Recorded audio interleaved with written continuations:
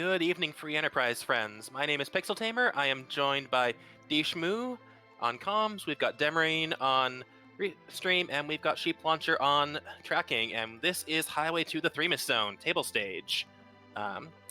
Tonight's racers, we have Dia, who is 1-0 after a pretty intense race the other day, and we've got Frostbite3030, who is doing his first race tonight. Shmoo, how are you doing tonight? Excited for a really hype race. We have an Edward start and some lovely objectives. Oh wait, no, just the one. Yep. Yes, as you can see on the runner screens, we tonight have unlocked the sewer with the Baron key, conquer the vanilla mass in the altar, and complete Cave Magnus. So potential for required music in our future. That's right. Music is, of course, one of our fan favorites. One of the nice, fun things about this game. Well, one of the many nice, fun things about this game, I should say. Now, what is your take on opening the game with Edward required and not dismissible thanks to these flag sets? Oh, I think it's always a real challenge when you're given an undismissible Edward. It can be a real advantage if there are some particular bosses in tough spots, such as Dark Knight Cecil, or even in some cases Odin or Bahamut. But what is really interesting about this is that Dia has shown us repeatedly that she's extremely comfortable using Eddy strats against Z in very high pressure situations. That's right. Dia is talented and versatile, and can definitely surprise us with whatever she's going to pull out of her hat. And of course, rocking her signature pink background. Yes, and appears to be expressing her frustration over the start with renaming Fusoya. But there are a lot of really great early game options for Edward. If you find an early Dancing Dagger or a good bow and arrow for him, that could actually be a fairly solid start if you get at least one other character, which has a little bit more tankiness that can absorb a few hits. Yeah, Edward is not useless by any means, but he is a challenge. Another thing about the early game with Edward is that his agility actually grows fairly quickly. So on the overworld, that can be a real advantage. That's right. Going to be one of our faster characters to start since Edge is restricted again in these flag sets. We have switched from the C relaxed we had in previous stages of the tournament back to C standard, which means Edge can only appear in locations that are gated by the key item. So no more running into Mysidia and getting 2 edges for free. And for those of you just joining us for tables who were not present for the group stage of the tournament, the key differences are basically that the spoon flag for Edward is not enabled. So Edward will not have 255 attack power in this seat. The Warp Glitch is disabled, so we will not get a 2-for-1 at Dwarf Castle. All items, instead of Wildish, will now be T Pro in treasure chests, which means we're not going to see those super powerful items scattered around the world, but we will still see a slightly better distribution in slightly off the grid locations such as Waterfall Cave and Eblon Castle, and again Underground, which is gated. And shops will not have any items above tier 5, and will not have. That's right. The other huge change is that characters are on the permajoin flag. That means once a character joins your party, they cannot leave for any reason. Once you have your 5, that is the 5 you have. And let's see what we're starting out with. We've got the option of a Sid, and we've got one of the blue robes giving us our free key item, and it's the pass.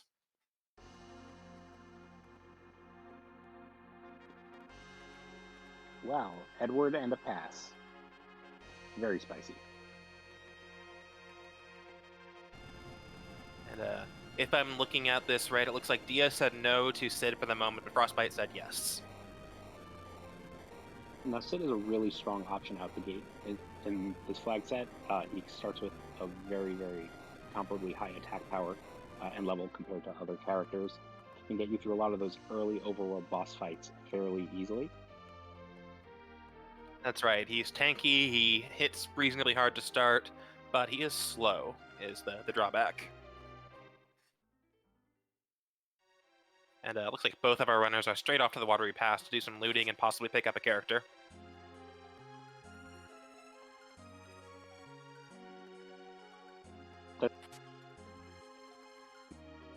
That's been probably the most typical play in both the group and table flags. It's close to where you start, has some good free treasure with a slightly elevated chance of having something nice in both flag sets, and you get that character check. And we see it's Iridia.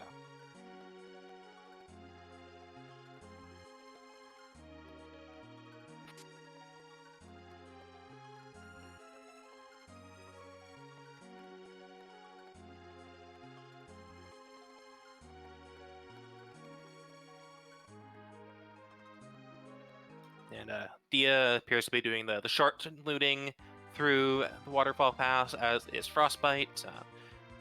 There's a lot more items you can get, but if you don't have the exit spell, it's going to take more time in order to get back with your loot. So we have a question from chat. Is this the only match tonight? This is the third match tonight that's been restreamed. Fourth, actually. Oh, I'm sorry, fourth that's been restreamed, and I believe the last on the schedule for the night.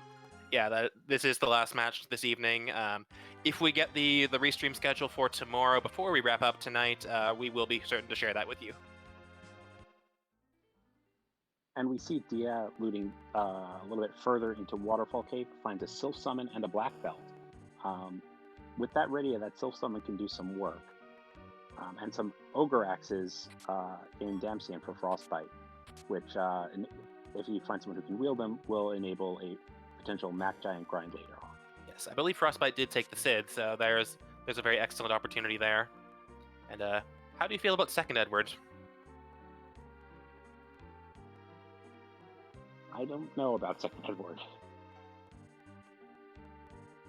Oh, it's Mega Man Sid. I didn't notice that before. That's one of my favorite Sid sprites because I am unabashedly a Mega Man fan.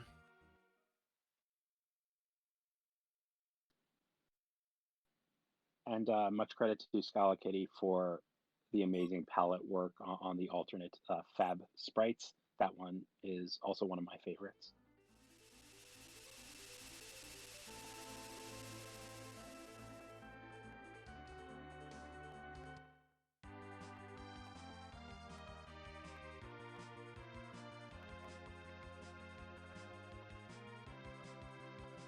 Apologies that the timers aren't running yet. We are working on getting that resolved. So we see Dia making a play straight to Ordeals. Wow. Frostbite dives down into Antline Cave and is rewarded with a cursed ring for the casual, not out of the way at all chest. Yeah, I suspect Dia is continuing to look for characters, gets another Sid for her trouble. Finding that cursed ring is nice here because it means you don't have to worry about shop checks, and it's like you said, we're on S Pro. That means shops are going to be less generous than they are in S Standard. Your ungated shops can only contain items of up to tier 3. Gated shops such as Eblin Cave or Underground can only contain up to tier 4. And if you manage to forge the Excalibur, Coco shop will have items of up to tier 5 and 6.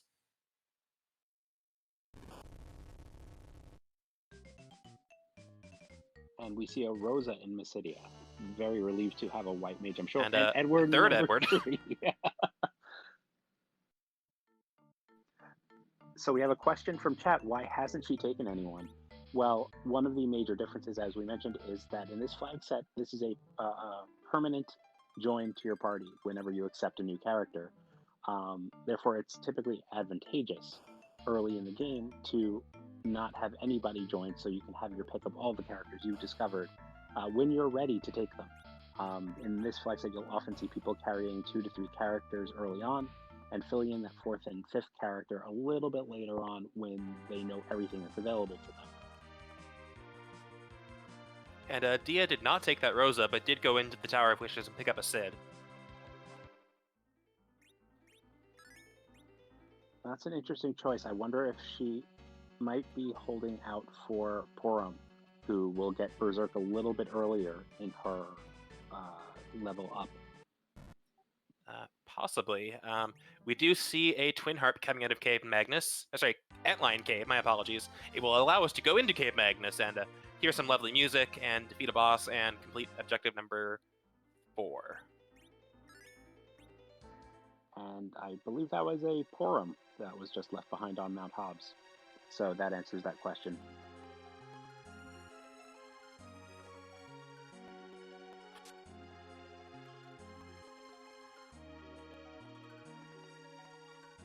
Dia also rewarded with the Cursed Ring, so they both now have some amazing options in terms of agility anchoring. Yeah, and we can talk more about agility anchoring as we get closer to the end of the game. And Frostbite resetting out of that Porum as well.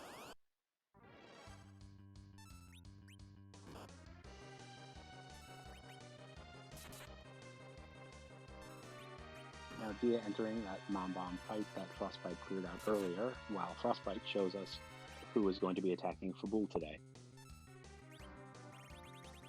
Yeah, I've seen many runners in this tournament try to fade Fabul early and do it once they've had a chance to get underground and speak to Yang in the bed and try to reduce the number of potential Fabul checks from 3 down to 2 or even 1 if they find an early pan. So, on the other hand, we've just got the Dark Imps. It's not that hard, so this will be another easy key item check, providing that Sid... Oh yeah, he's only taking single-digit... He's taking an amount of damage, it's variable. He's going to have enough hit points to get through this, especially with the power of the Ogre Axe. Right. And there is a bit of contention in the community as to whether it's worth it to fade Fabul. Some people say, this boss fight is relatively fast. You really don't lose that much time with a second or third dip in. For my part, my experience has been that it's not worth fading it if you still don't have underground access or you only have a hook. Yeah, I have a similar opinion. Is like if I have the Magma Q, or if I will probably fade Fabul. If I have the hook and I'm really not feeling comfortable with my party, then I might go check and hope for a lucky Magma Key. But if I'm running low on places I can check for my underground access, I'm going to go do Fabul. There are only, when you first start Free Enterprise Seed, 4 key item locations for you to check. So there is a limited pool of options. So, eliminating one of those right off the bat really puts you into a corner if, for instance, it has something that is spicy like a Darkness Crystal, a Magma Key, or even something like the Pen, which unlocks more checks for you a little bit later. Oh, we get the Party Rock for defending Fabul against those 3 trash monsters. Oh boy. I think that means that we're going to get to play chat's favorite game today. Yeah, and I think people have been recalibrating this treasury scales, given that we're, like you said, we're on T Pro, not T Wildish, so we're probably not going to find much in the way of Tier 7 items down there. It's still possible, it's just not likely. But a couple of well-placed J items or a couple of well-placed J items or a power shirt or something that you normally wouldn't find could be enough to make it a pretty nice treasury. Mm-hmm.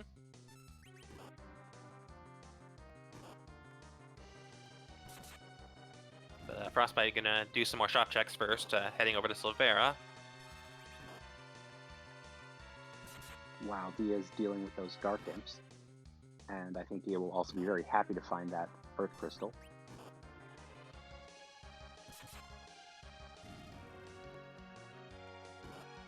And thank you, Gundam Pilot Spaz, for the gifted subscriptions.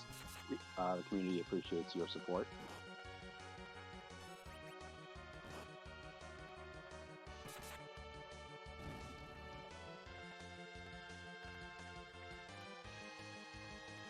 Especially our tracker, Sheep.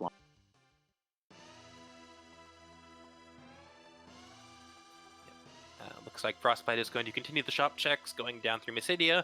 Hopefully we'll check the characters, see the Rosa. We'll see what happens there. Dia gets her party rock. And Frostbite buys some mute bells, which puts Warlocks on the table for a grind later, potentially.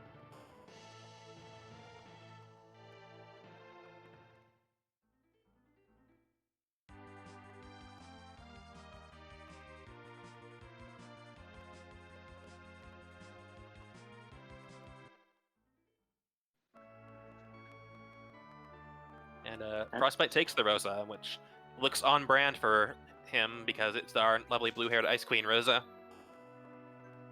While Dia is going and covering ground Frostbite already covered and checking Silvera.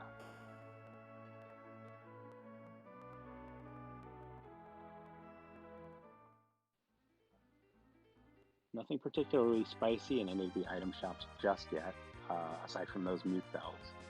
That's right. As mentioned, we can only get up to tier 3 items on ungated shops, so we're less likely to find the goods. But there are still some things we'd like to see. Star Veils, Illusions, Life Potions, and... Yep, you can never have too many life potions.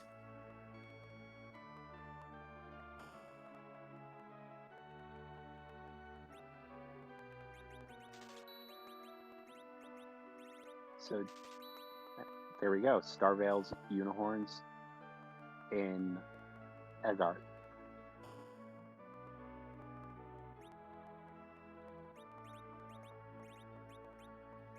I'm sure Dia's happy to see that. That's half of her setup for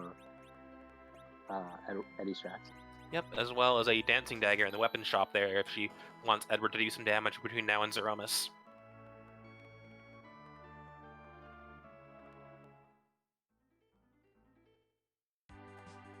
And our first boss on Ordeals is the Evil Wall. This is probably not going to be terrible. It's a slow spot with low physical attack, so this might be a case of just hold A and hope you win. And definitely a relief not to see it in the following slot where it is potentially deadly. Yes, back attack spot with Evil Wall could be quite deadly, as you mentioned.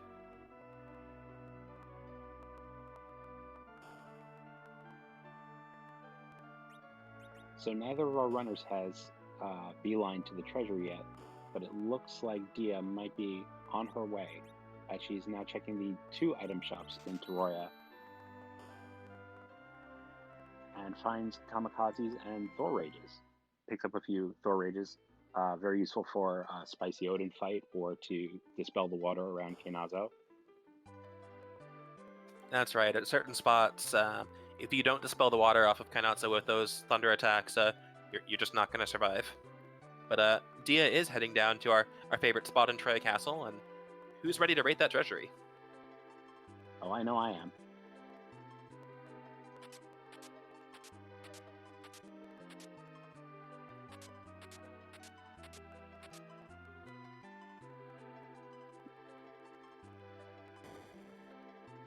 So that Mute Dagger is a nice find, even though it's not very high tier. The Ninja Gear is actually very useful if they find an edge. The Ninja Shirt is a very, very good piece of armor for edge.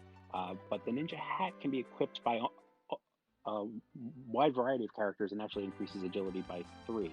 Yeah, so as well as strength and vitality, so it's good for pretty much any physical attacker. Right, and can also be useful later on for agility manipulation if you're coming in at slightly low levels or using a non-traditional anchor. I know that Rosa with a ninja hat or a crystal ring has pulled her weight as an anchor for me, no pun intended, in many a seed. Chad also pointing out the glass helm. Yeah, it's situationally good. It has high physical defense, but absolutely terrible magic defense, and we've got the D-Lunars at the back attack spot. This is not great for this party.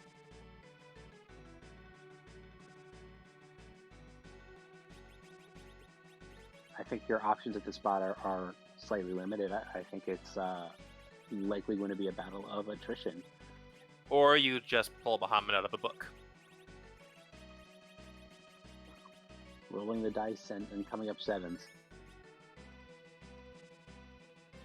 If if we didn't get lucky on that Grimoire, I think the option probably would have been throwing Cure 2 potions at the enemies, since they are undead type, and therefore weak to healing.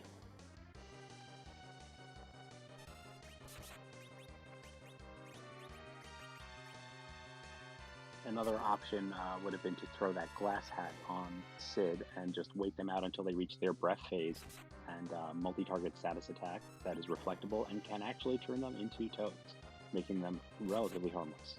Yes, but Frostbite doesn't have that glass hat yet, since he has not been to Troya. True.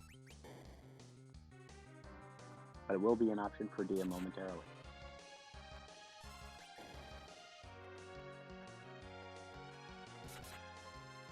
Millen's slightly confused about where he should be. Yeah, I feel like this is friend Vanilla Hylon.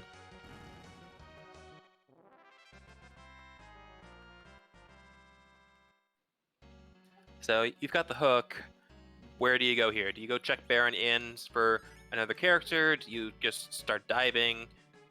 I feel like this party maybe doesn't have enough offense to defeat the bosses of the hook route yet.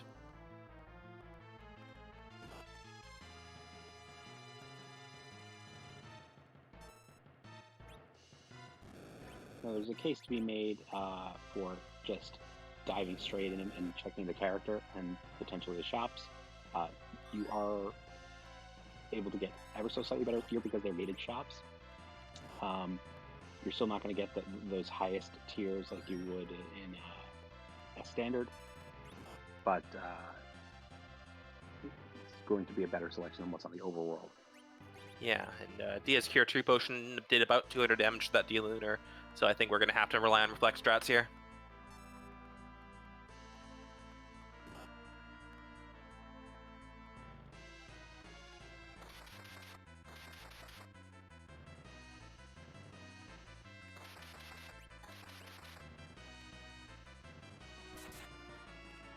And Reflect successful. Those D-Lunars are going to attempt to wall up and start casting Virus, but frogs can't cast magic, so too bad for them. Now, Pixel, in terms of party setup and loot at this point in the game, if you're still looting, what are you looking for? We haven't seen a weapon better than an Ogre Axe yet, correct? No, I don't believe we have. So, I mean, Ogre Axe is perfectly serviceable. It's one-handed, so you can use a shield. It has an advantage against machine-type enemies, like what we're fighting over here on Frostbite's screen. And we see on Frostbite's screen, he finds Paladin Cecil hanging out with Dr. Luggage. Now, this is a really annoying spot for this particular fight because it's actually 2 phases. And this spot has extremely low hit points and is typically very fast, but now we have to go through 2 separate battles. Luckily, they both have very low hit points. Mm-hmm. I probably would not take the Cecil yet after defeating the fights here, because we don't have a good Holy Sword, and with vanilla agility on, taking him suddenly just puts a lot more constraints on what we can do as far as agility manipulation. That's definitely going to be a factor. And it breaks my heart a little bit to say that, because I am on team sometimes Cecil, but it is not the right sometime right now, I think. I happen to agree with you, and we're about to see it is the Water Hag in the second spot. 3 whacks from any character, and the Water Hag will go down. And that does mean that at the Bigan spot, we were given the pass by the alternate gauntlet, since there are only 2 robed enemies, 2 blue robe enemies in the game, and this is the second one. Now, luckily, the objective is only to unlock the sewer. Our runners will not actually have to defeat the Baron Castle throne unless that gates one of their other.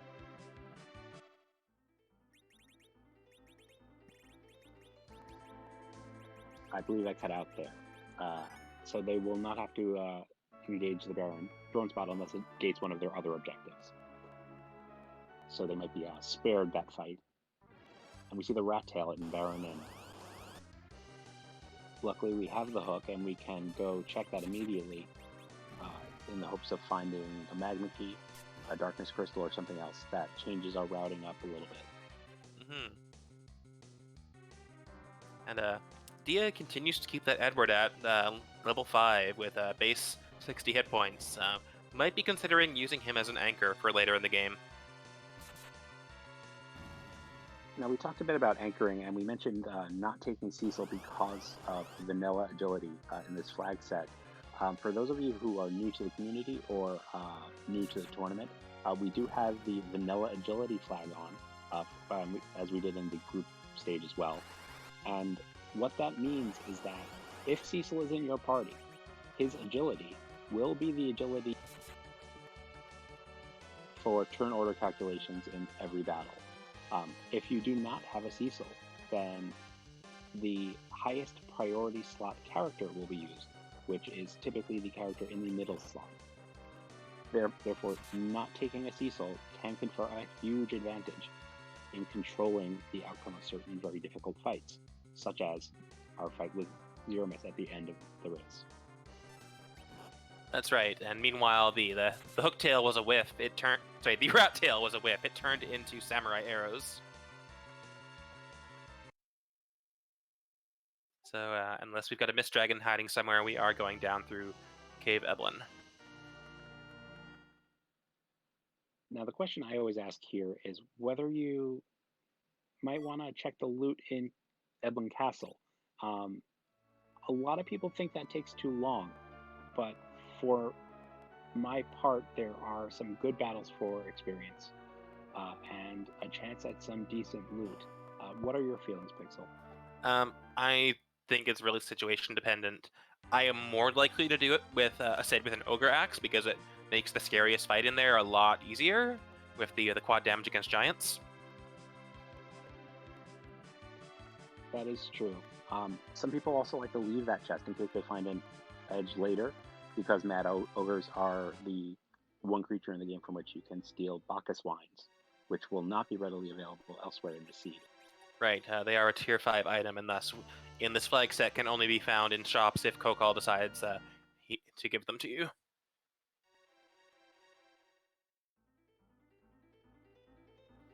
Chat pointing out that Frostbite is going underground without having checked the treasury.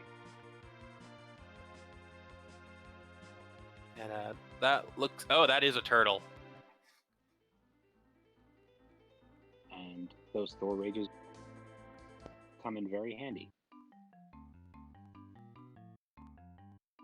That is not a fun spot to run into Kainatsu. 25,000 hit points to start, which means his wave is going to start out dealing about 1,000 damage, and we don't have a whole lot of hit points right now.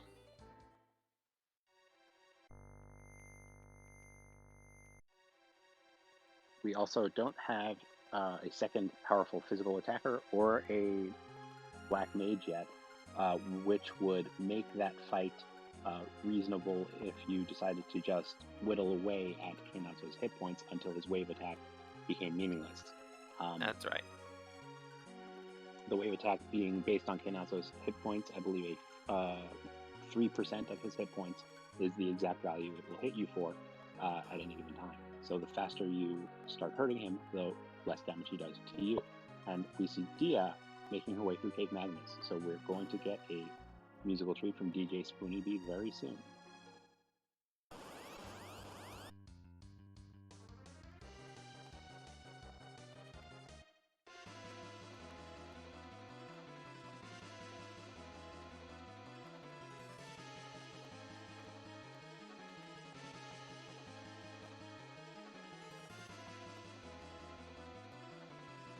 Alright, last chance to guess the music, everyone, and we're going to take a moment to be quiet and let DJ Spoony get on with it as he serenades himself in a strange time paradox.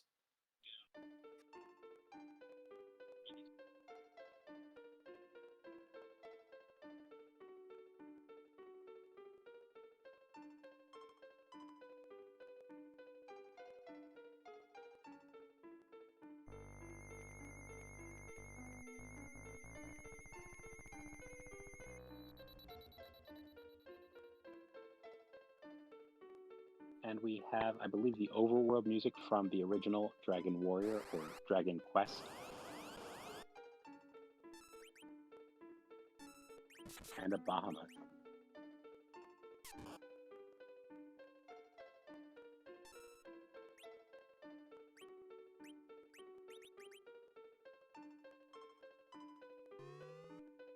Yeah, and the only way this is going to work out well for Dia is if she uses that Star Veil, reflect the Mega Nuke back onto Bahamut, which, despite the high magic defense of this spot, should still deal good damage because it's Nuke. It's going to be high damage rolls before you subtract her magic defense.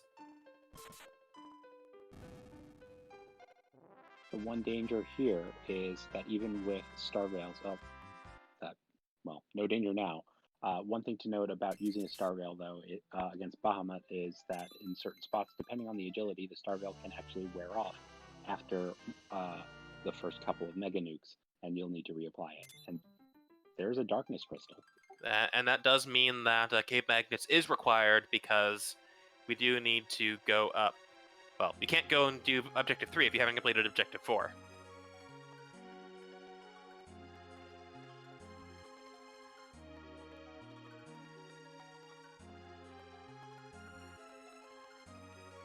We do only need to complete 3 of those objectives today, though. With version 4.0 of the randomizer, we got these custom objectives, and version 4.1 added the ability to specify how many of them were required to get our crystal to transform Zero Myth at the end of the game. In this flag set, we only need to actually complete 3 out of the 4 of them. So completing Cave Magnus gives us the Darkness Crystal, which lets us go and do objective number 3 as well. But it's also possible that the Legend, Sword, Adamant, and Baron Key are available somewhere on or under Earth.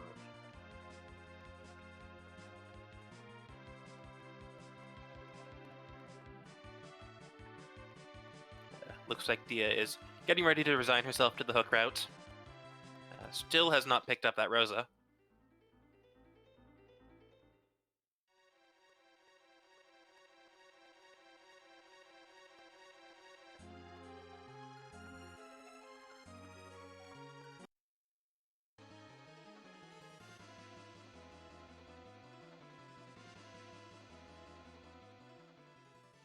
I mean, Rosa's not ditched permanently, and we don't have C-Buy set, so she can always go back to the Tower of Wishes and grab Rosa if she decides to pick her up.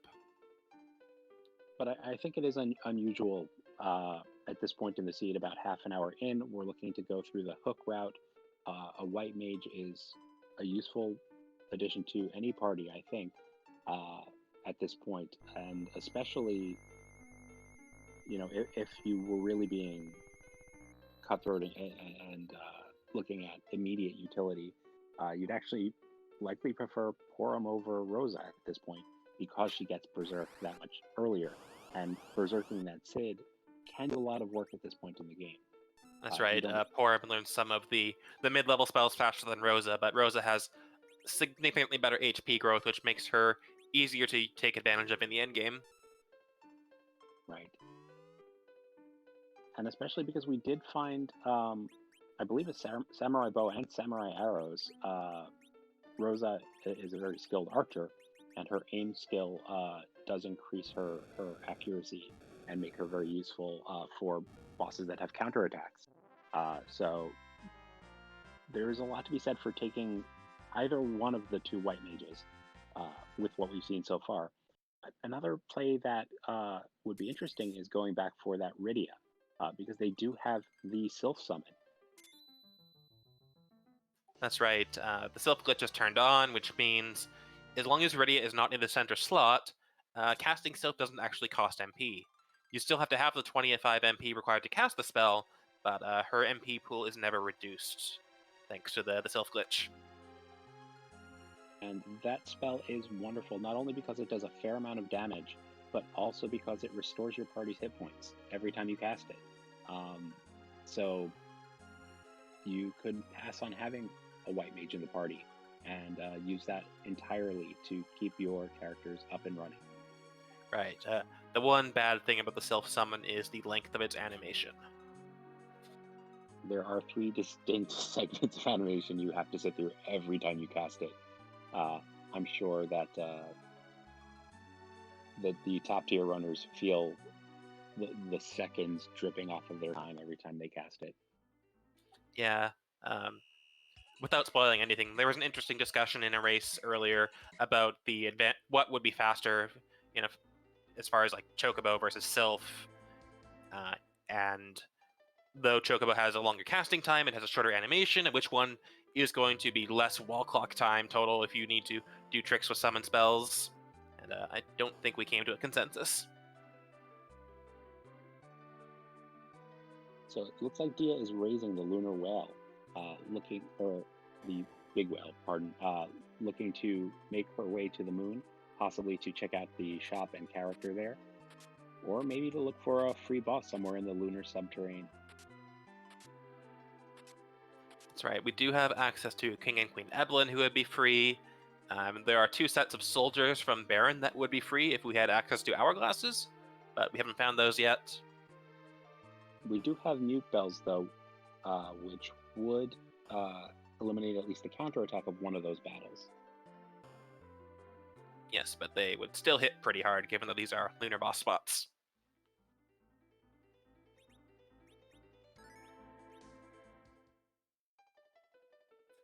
Sup, Edge? And Dia says no. Wow. Oh boy. So it leaves the question of what do we think Dia's party composition strategy is going to be? She hasn't seen any mages yet. She hasn't taken any white she hasn't seen any black mages or taken any white mages. That's the heaviest hitting character other than Cecil she's found, but she hasn't found a holy sword yet. Edge can be a liability because you may not always find the right equipment to make him useful. Yes, but he can throw the equipment you don't use, and that can add up some damage, especially if you're throwing like surplus Excaliburs or the spoon. We see both players actually heading up Zot to see what their character options are at the top of the tower.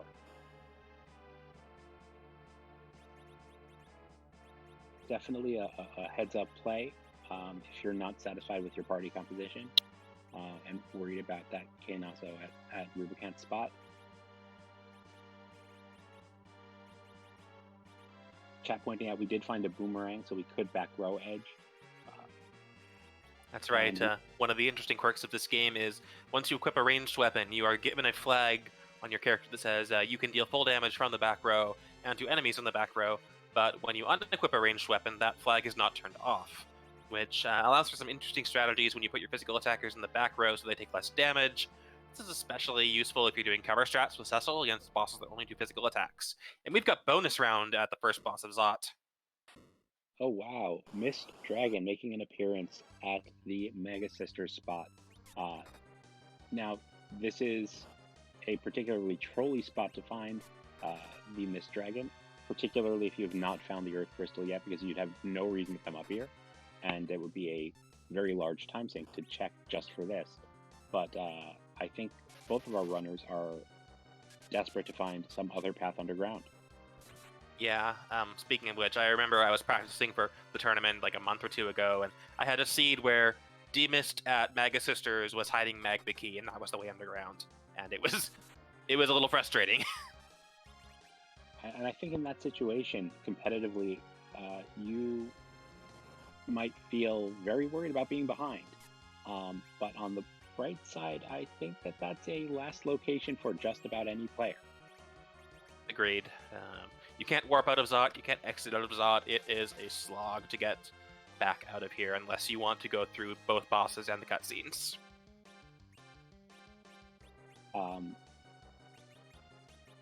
Also does, going up the tower does give a little bit more utility to Rosa, who will actually learn the exit spell.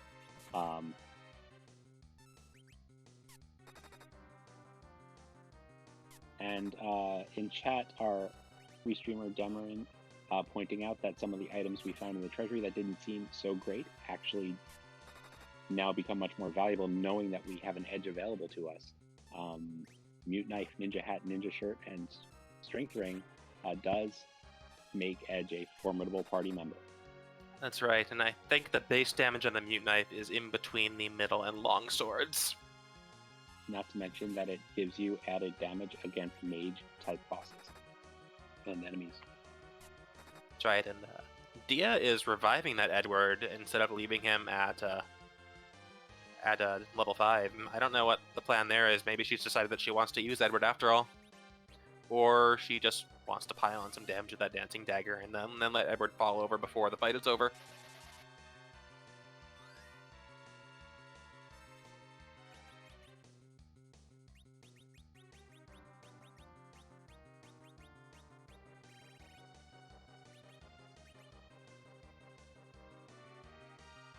The other nice thing about using the Dancing Dagger as an item is that if you accidentally mistime it, it will not trigger the Cold Mist counter from Demist, which will likely not do a lot of damage in most spots, but is very slow. Right, we saw Frostbite take a Cold Mist counter, and I think the most damage it did to one of his characters was 15. Demist being the first boss that you fight in the game in vanilla, it is not set up to be the most powerful. Now, this is a tutorial boss meant to teach you about the ETB system.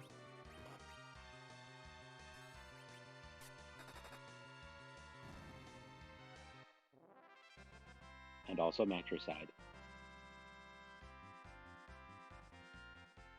Yeah, the opening of the storyline in this game is kind of dark. Question from chat. This is the first boss of Zot, so we don't know what our characters are yet. We don't know what our sneak peek at Dwarf Castle is going to be yet. And both characters going back to take a safety save after such a long slog of a battle, absolutely no blame. Finding something cheeky like a Wyvern that mega nukes you before you can get off a Star Rail, and having to go refight that battle could easily be the difference between the two runners' finish times. Right, and we see third Sid, and our Dwarf Castle boss number 2 is going to be Baigan. Probably one of the better spots to find Baigan because of just how little HP that spot has, so you can just deal with him quickly. And the real question is, will we see? Oh, and we've got Second Edge. Oh, Second Edge, very nice. Please take a third character, Dia. I don't know what your plan is, but please take a third character.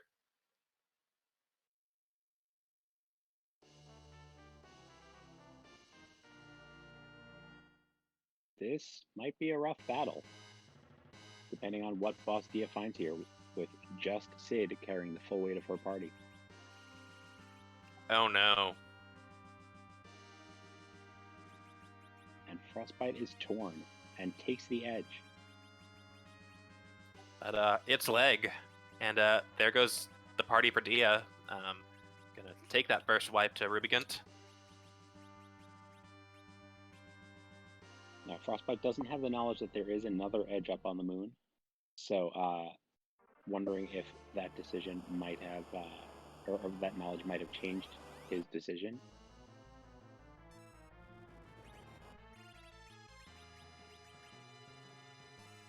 Yes, Dia is a very skilled racer. I'm sure she has a plan or knows what she's doing, but it is kind of inscrutable from the outside at this time. I think I was trying to get at this before. I'm not sure where her head is for her final party composition, unless she's resigned to Eddie Strats.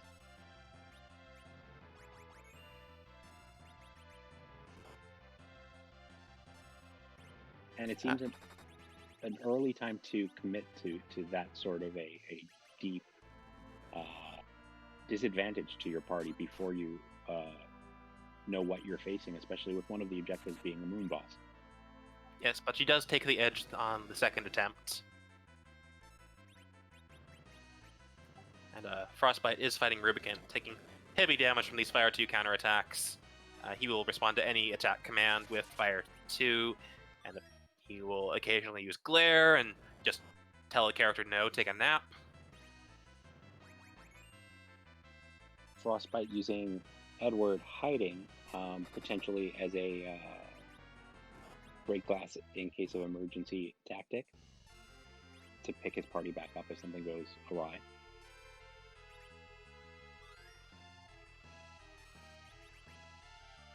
This spot only has about 6,000 hit points, if I remember properly. Does that sound right, Pixel? I don't know off the top of my head, but that sounds about right. So this is not a terribly beefy spot, but it is going to be tough with either one of these parties.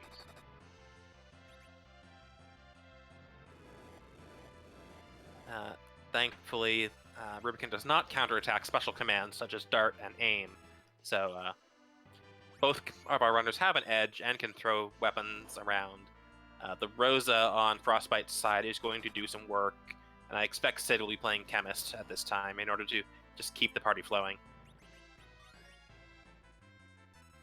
And we were discussing that before. Rosa, as an archer, is an extremely powerful addition to your party. The aim skill bypassing those reaction scripts on bosses it cannot be understated. And Frostbite is through.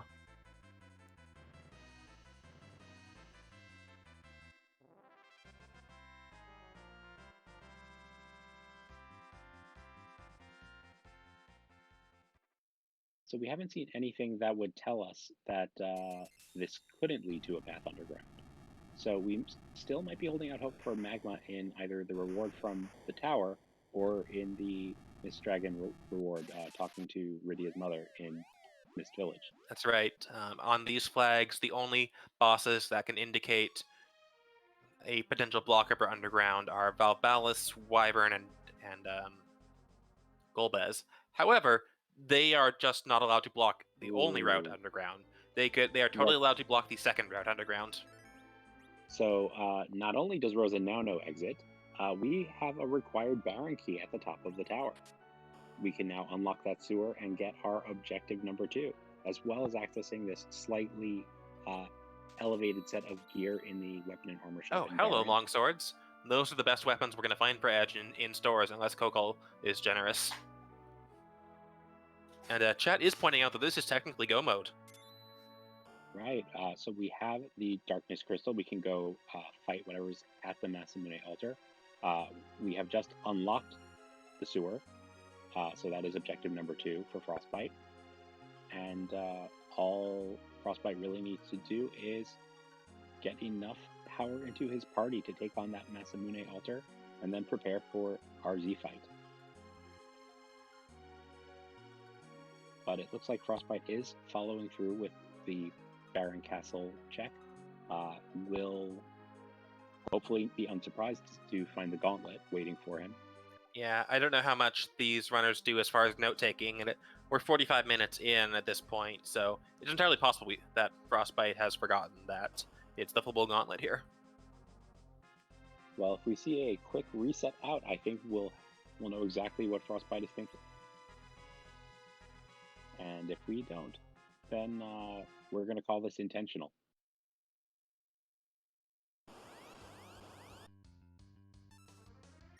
And chat does point out that this does mean that the turtle is technically optional at this point. That's right, there is nothing underground that we need. Oh no, is Dia out of life potions?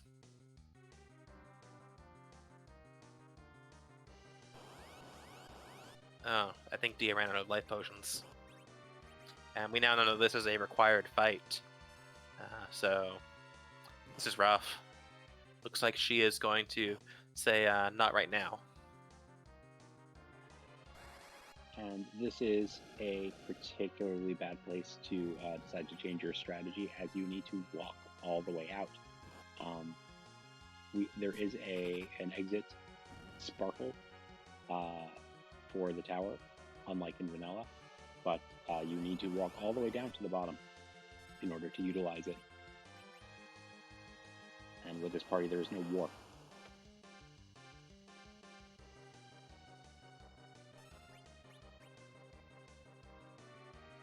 Yeah, this is gonna sting a bit. I feel bad for her. Hopefully she's just gonna grab some characters and regroup and come back here and defeat Rubicant. Finding some ice elemental attack items might be good. While Rubicant's cape is open, he is weak to ice, so you can throw out some easy damage that way. So one thing that unfortunately, Dia's party composition does not permit is casting a fire spell on Rubicant would actually have caused Rubicant to raise Dia's party. Right, and we had a twin in the bed over in Kaipo. I'm not sure which one. We went through that really quick, but we do pick up a pile of life potions.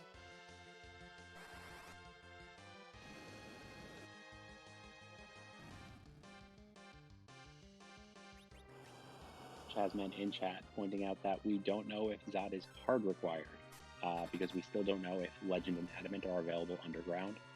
Great point, but we do know that we don't need them.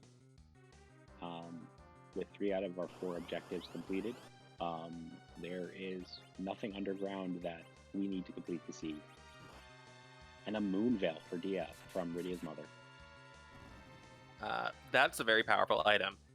Like the Star Veil, it does cast a wall on a character. It lasts twice as long, but more importantly, it gives you the barrier status, which is effectively an indefinite blink, which means any physical attacks like the fight command will miss you. Certain special attacks will still hit you, but the basic physical attack of most enemies is something you will no longer be impacted by.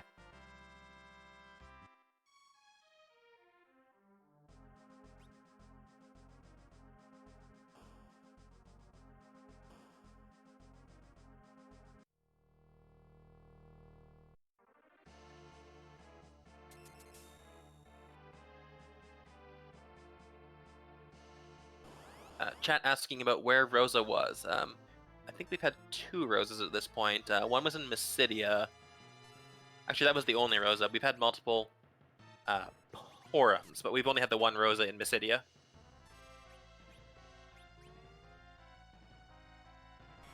And the King of Baron is a supercomputer today. All hail our mechanical overlords.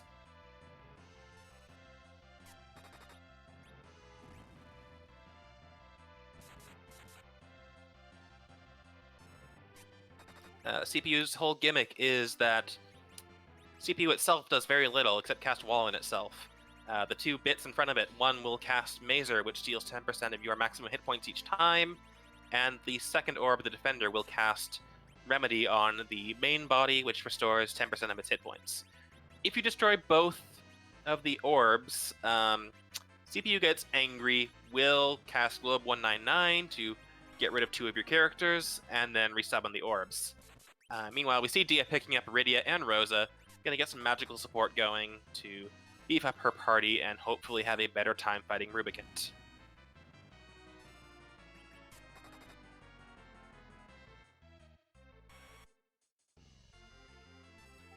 Possibly gonna go peek the moon. Could be going to pick up that second edge we saw, could be gonna go look for free bosses. There's no way she's going to go set up a D-Machine grind. We don't have access to the weak spell yet. And we've got second Rydia on at the Baron character check.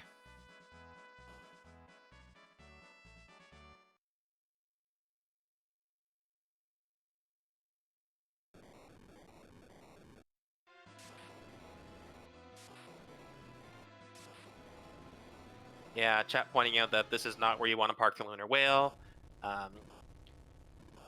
When you complete Zot, you are teleported along with the Enterprise back to Baron, and you could potentially get yourself a little bit stuck if you leave the Lunar Whale or the Falcon there. But one of the things we do to prevent that from soft-locking you is we have added another bridge on the overworld so that you can park your second airship a little bit to the south and then go move your first airship. Some recent commentary from Rivers, one of our developers on this, actually explains the history of that it actually is not a soft lock because the Chocobo from the Chocobo Forest just south of there can cross the river. But it was such a common question for newbies that they decided as a quality of life enhancement, they would add that bridge. Today I learned. But we do see some encounter manipulation going on Dia's screen. This flag set for this tournament has E cannot run, which means, like it says, you cannot run from random encounters, which means you cannot do your traditional setup inside the Giant of Babel for things like D-Machines or Mac Giants or whatever. So some enterprising members of our community have come up with some new methods of doing step manipulation outside Baron to figure out what your encounters are going to be and get you to a spot where you can get the desired encounter right away. This is most commonly used for D-Machines, but since we don't have a party that can really do D-Machines right now, she's probably setting it for Mac Giants. All they do is physical attacks. They're going to hit pretty hard on this party, but at the same time, Sid has an axe that deals bonus damage to giants, so hopefully he can cut through them pretty quickly. And Dia keeping Edward and Rydia down, looking for that slingshot most likely. When a character, when you have a full party of 5 and a character is 5 levels below the average level of your party, they will get an experience boost under this flag set. That's right. Double experience as long as you remain 5 levels below the median of your party. Which means for a grind that rewards you with 700 to 1,000 to 1,000,000 experience, you will see a character go from level 1 to Z ready instantaneously. Which is great because Rydia is one of the slower experience curves in this game. Despite learning Nuke at level 50 compared to Palm's level 52, she requires more experience to get there.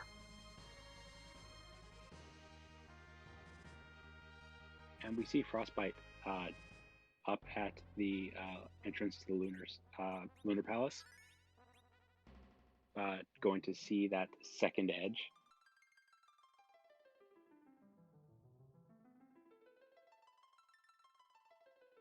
I don't think you take the second edge right now if you're Frostbite. You don't have the swords to support him. Right. I think that Rydia so far being our only mage with attack capabilities is fairly unusual, right? Not seeing any of Palom or Tella, or either of Palom or Tella, you in any of the spots in the seed without the distinct characters flag set, it is fairly unusual. You typically would find one or the other.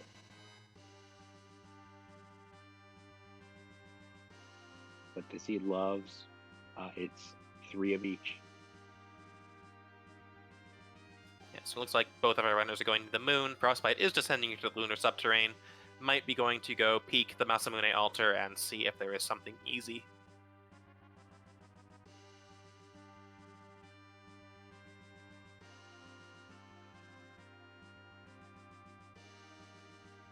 I think in terms of character composition, there are only 2 unchecked character spots at this point. That is the End of the Giant, which we are most likely not going to see or find out about, and the package character, which, depending on what they find, we may get a peek at. There's also the Dwarf Castle character. That's true, but they would first have to go underground, and I don't think either of them is planning to do that. No, underground we know to be optional in this seed, so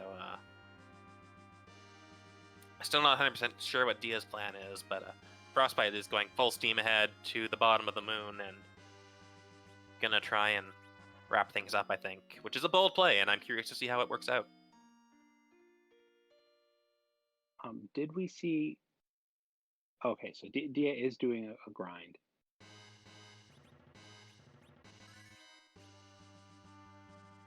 Did we see whether Dia has gone back to purchase additional Star Veils?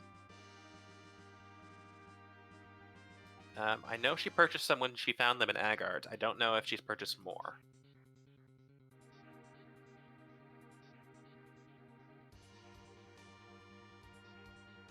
But Dia is going into the Giant, going to do that grind, get some levels, and hopefully be able to take out that Rubicant and get her progression into Baron.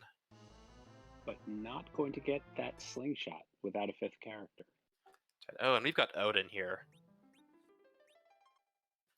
That is not particularly free. He's very weak to lightning, but we don't have a whole lot of lightning damage in this party right now. Now, there is a cheeky option here because Odin's battle is scripted. He will swing at your party, then he will do his Zantetsuken. Zantetsuken attack, or Odin attack in this game, and he'll do that a second time. But the third time, when he raises his sword in preparation for Zantetsuken, he becomes instant killable by any lightning attack. So Edward with a Thor Rage could take out Odin. It's just a matter of finding the correct timing for your show command and the item. That's right. If the rest of the party has fallen over, oh no, Edward came out. If the rest of the party is down, it's going to be really hard to time things because I believe Odin is scripted to perform the special attack after a certain number of physical attacks.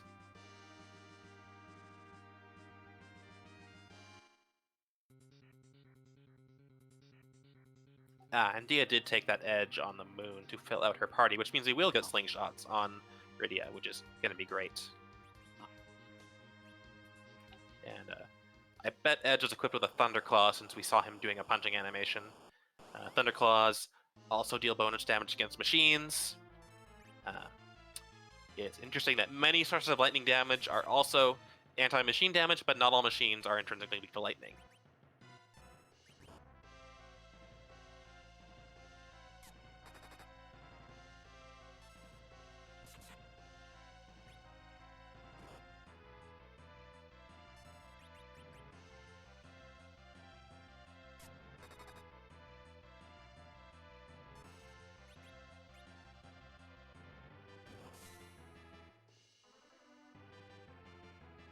So we see the first Zantetsuken attack on Frostbite's screen.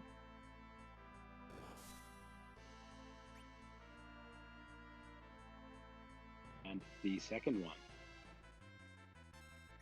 Oh, he might get it. He does not get it.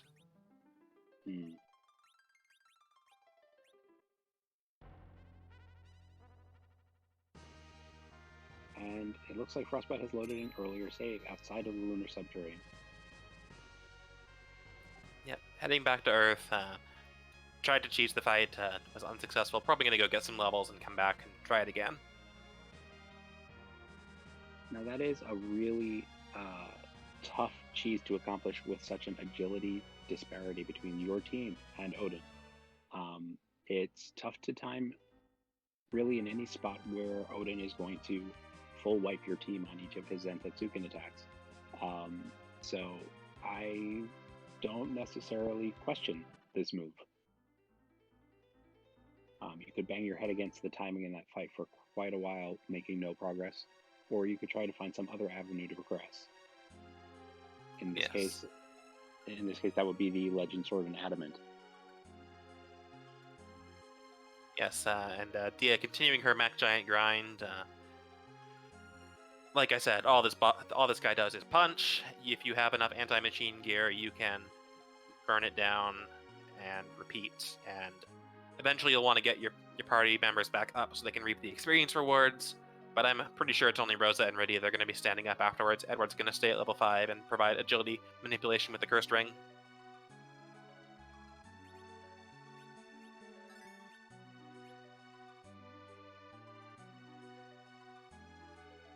Now, Frostbite still hasn't changed his party composition significantly since he was last down here. And the question of will he be able to chew through Kainatsu's hit points fast enough with this setup is still an open question. Or whether... Oh, sorry.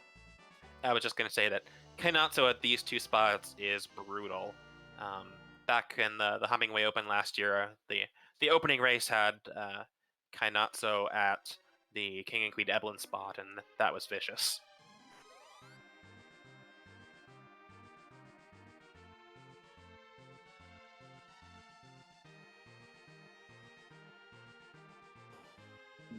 The trouble with Kainatsu at those spots is usually timing that Thor Rage to knock down the water wall before wave gets queued.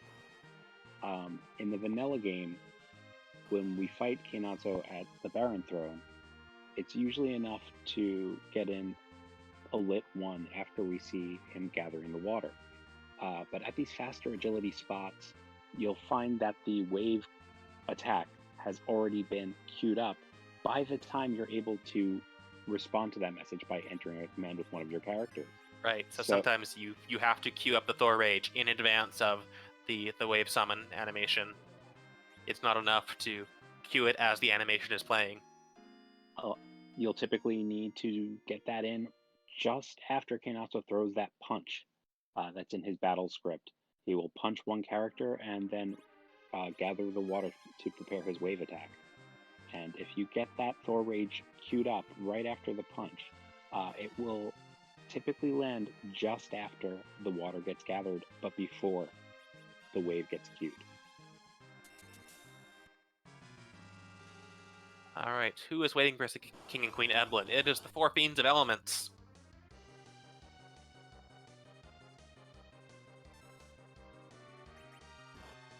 So we've got 5 Fiends for the price of 1 down here in Upper Babel. Now this fight is a little scary, but there are much worse fights to find in this location. Yeah, as soon as we get through the physical attacking part of Elements, it's going to get easier because this is where you normally fight King and Queen Eblin, and they've got really low magic power. In fact, once you're through the Rubicon phase, or if you just bypass the second part of the battle entirely, then you're pretty much in the clear. For those who don't understand what just happened, the Elements fight is actually a set, 2 different enemy sets. The first 2 elements are one set, and the second 2 are the second set. If you do enough damage fast enough that you bypass the trigger for the second set of enemies to take over for the first, the battle will simply end. You can also accomplish this just by attacking with only reflected magic rather than physical attacks.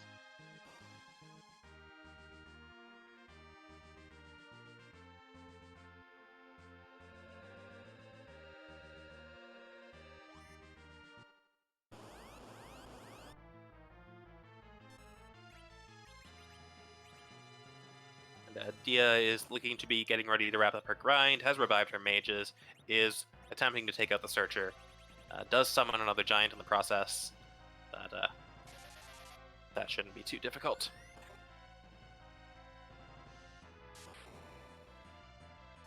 And in the meantime, Frostbite has put a Berserk on his edge, but unfortunately timed that Thor Rage a little bit too early, queuing up another one with Sid. And that one will get in.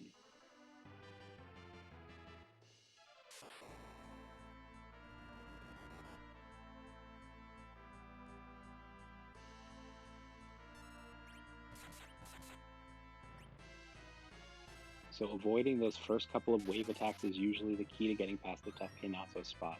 Usually, if you can get past the first couple of waves, you can do enough damage so that the subsequent waves will not be enough to take out your party. Right, as previously mentioned, the attack is a percentage of Kainatsu's current hit points, so the waves can get pretty anemic as he gets low on hit points later in the battle. And there's definitely spots where it makes more sense to try and just power through the waves and deal as much damage as possible as quickly as possible, rather than doing the nerfing strategies with doing the fight as the developers intended. And this just not being one of those spots due to the enormous number of hit points compared to the power of this party.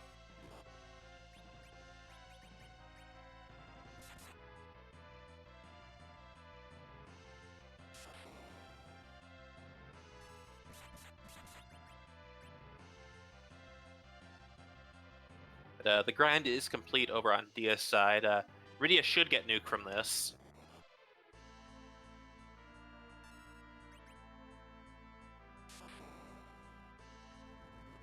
Yep, there's the nuke. Rosa getting 36 levels should also put her up in Cure 4 Life 2 white range.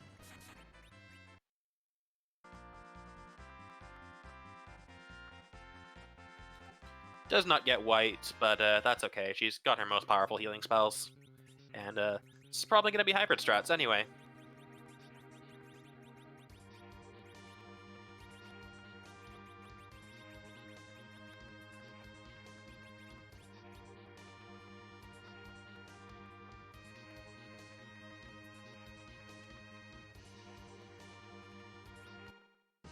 So if you're Dia, where are you going next? You've done your grind. You know there's a nasty hook boss. You've also got a nasty boss at Zot. You're going to have to do one of them. I think for me, I would go objectives first. I'd go unlock that sewer door so I don't forget.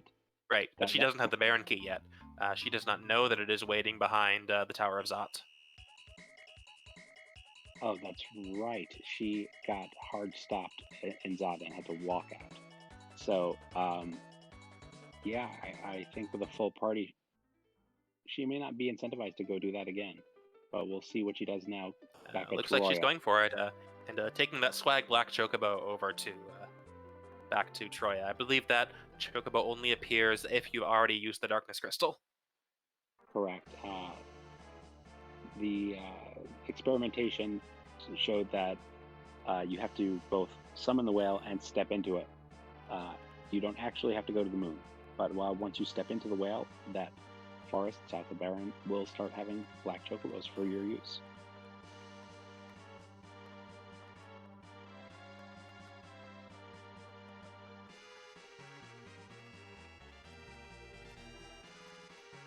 Gambit asking about the key item for music. Yes, it was the Darkness Crystal, and it was guarded by a Bahamut. And we see Kainazzo hiding in his shell on Frostbite's side, which means that assuming Frostbite can deal enough damage compared to the remedies that Kainazzo is throwing out, this battle should draw to a close. And we'll finally see what's underground. I hope it's not a pitfall. Well, I don't know how to break it to you then. But Dia is very close to go mode now. She should have no trouble dealing with Rubicant here, and then she'll go and lock the sewer, probably go straight to the moon to defeat the Masamune altar, which we know to be Odin, and then be ready to fight Threemus. I think afterwards, if we get Dia in here for an interview, I really do want to ask what brought her back to Zot, because she's got a full party. She just did a grind. She has all of the moon to check. Zot is a slow check. It's not item dense. She certainly doesn't need the characters. Is it just revenge? She could think she's behind right now. We're an hour in, nobody's not done. The objectives are not awful, but they're also not jetty, so hard to say for sure. Could also be thinking that this is a thing Frostbite has not done.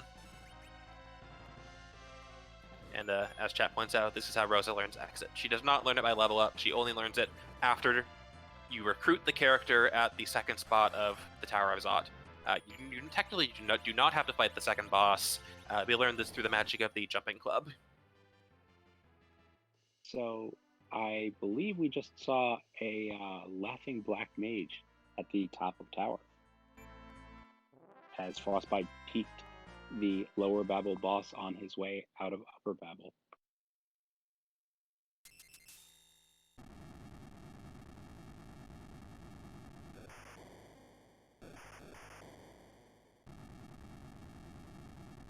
So if you're Frostbite, you're probably going to go to the Fey March pretty quickly, get that free key item. Or go straight to Dwarf.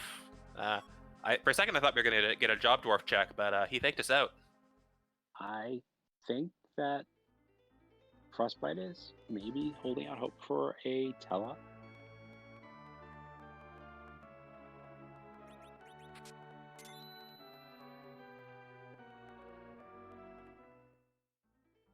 It's possible Frostbite is not comfortable with the Mac Giant grind.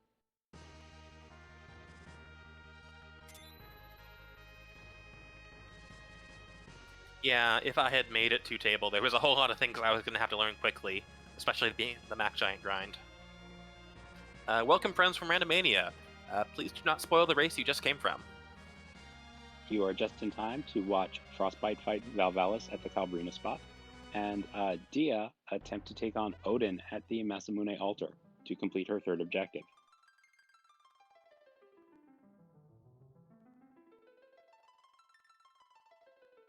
I think the real question is if Dia conquers the Masamune altar, if she takes the swag walk down to Z or stops back in for a safety save. Dia is good enough that she could probably pull off the swag walk, but I'm a big fan of the safety save, but there's a reason Dia's in the table and I'm not.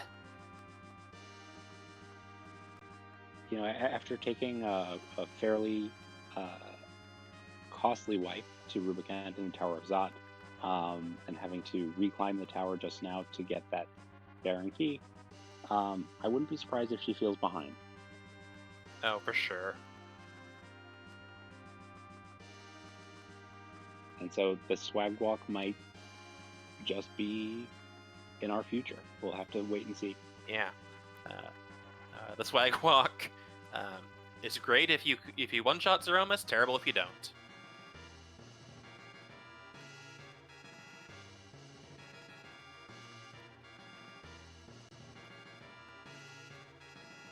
Well, at the very least, her last save is actually on the moon. I can't always say that I've had my last save at a wipe be on the same planet as where I'd like it to be. And the Valvalis fight is progressing over on Frostbite's side. Cannot break her out of the tornado because we don't have a cane to use jump, but we don't have any mages in the party either, so it's okay because we're still able to deal physical damage. She's just going to have boosted evade and we'll take less physical damage as opposed to taking no damage from magic attacks. A funny quirk of this game that I never knew until I started running Free Enterprise is that, like other games in the series, prior to this game, your damage is actually calculated by a formula that includes a number of distinct hits by your weapon. And that acts as a multiplier for the damage that you do. So enemies with high evade take less damage because you are hitting them less frequently. That's right, and some of the earlier games in the series make that more explicit than others. I believe Final Fantasy 1 and 3 were pretty good about saying you scored X hits, but of course we didn't get 3 in the Western world until much later. Dia taking a reset on Masamune Altar Odin. We'll see. It looks like she's put the Thunderclaw on edge, knowing that Odin takes extra damage from lightning.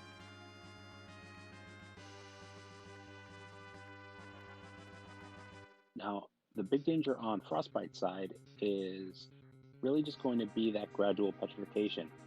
With Rosa only one step away from total petrification, there is that danger of not being able to heal party member that becomes disabled.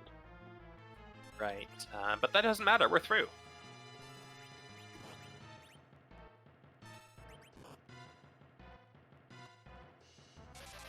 And, Odin is hitting like a truck over here, but thankfully dealing the first hit to Sid, who has a ton of hit points and can take it, and Rydia's in the back row, so she can take one but not two. Now we get to see who's going to help us fight Bagan. Oh, there's Tala. We've got D-Machines on the table.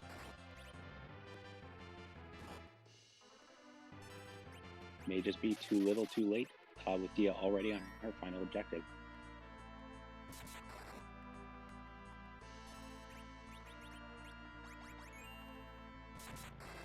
Of course, the second play-in match for the Hook group was decided by who found Tela first. Not to diminish any of our runners, but that was such a jet seed that it really came down to who could grind most efficiently.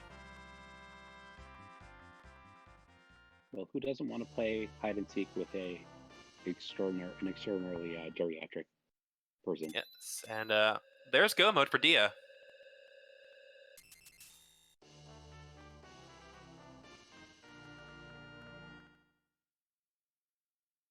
I should rephrase that. An extraordinary geriatric person. He is quite extraordinary, especially in this flag set, where he is able to cast the weak spell at as soon as you unlock his full spell set at Mount Ordeals, and that weak spell puts the machine dragon grind on the table, or the D-money grind, if you will. And looks like you called it with the swag walk. We are heading down into the lunar core. And one of the many cool things about this game is what we do with Threemus. Threemus is a little too powerful to put in the randomized boss pool, so instead we randomize what he looks like. We've got 460-ish sprites now, I believe, primarily drawn by our art lead Skallakitty, and it's about time to ask, whose butt are we going to kick tonight?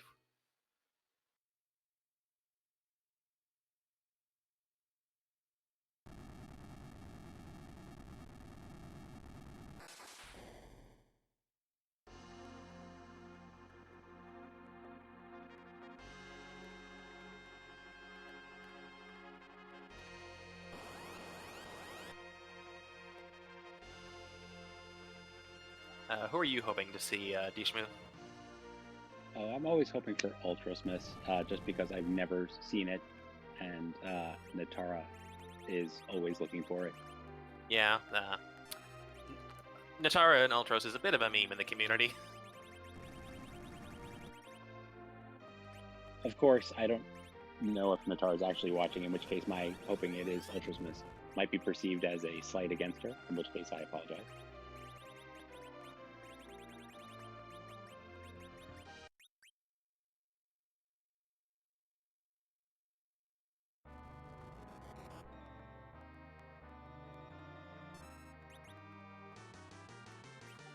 I love it.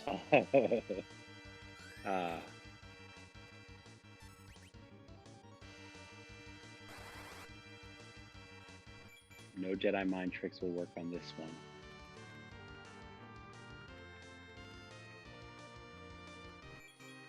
And there is no trapdoor underneath our party. We will not be fighting a Rancor. And how convenient of Jabba to take care of that Edward for us. And there is nobody hiding behind him with a giant chain to help out. I'm strongly tempted when I saw this to do an impression, but it would be so horrible so as to completely ruin my reputation. No, I miss Carrie Fisher. Absolutely.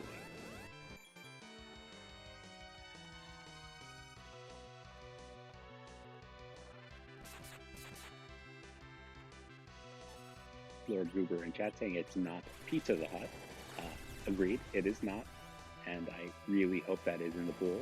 There are over 450 different Z sprites, and I have not seen most of them. So that will have to remain a mystery unless Scala wants to give us a hint as to whether or not that's in the pool.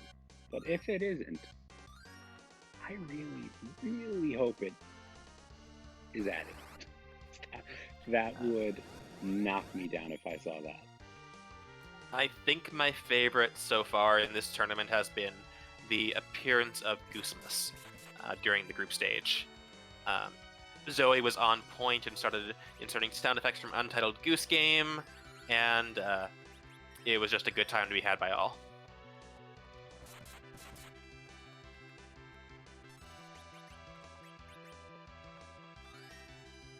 That game was a phenomenon, and it's great to see fads getting reflected in our Z sprites. We have fun here, and that's the important thing. I think it's I'm pretty sus. I think we're gonna likely see some Among Us memes at some point, but we'll see. That's true. Among Us has really taken off lately. But what color would Sussmus be? Oh, that is an excellent question. See, Scala's playing coy in chat. So I'm going Scala to assume... has plans within plans. Confirmed. I'm calling that confirmed.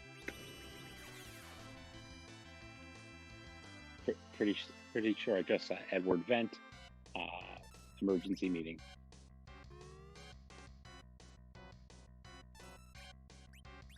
In the meantime, we have our D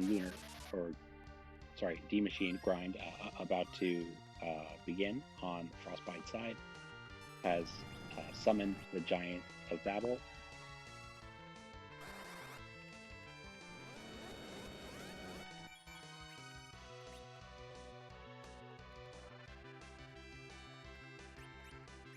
To answer chat, commentary, trying really hard not to talk more about Among Us in order to not alienate those in chat who have not played it yet. But I will say, highly recommended, especially with the lovely group of people who hang out in our community who also play that game. It is a wonderful experience. Oh, and this is not good with Rosa falling down to the counter nuke. But Edge will hopefully survive the Big Bang and be able to bring her back up and stabilize this fight. Luckily, that was nerfed successfully, so that did allow Dia to throw up a life potion on Rosa, but that virus takes her right back down.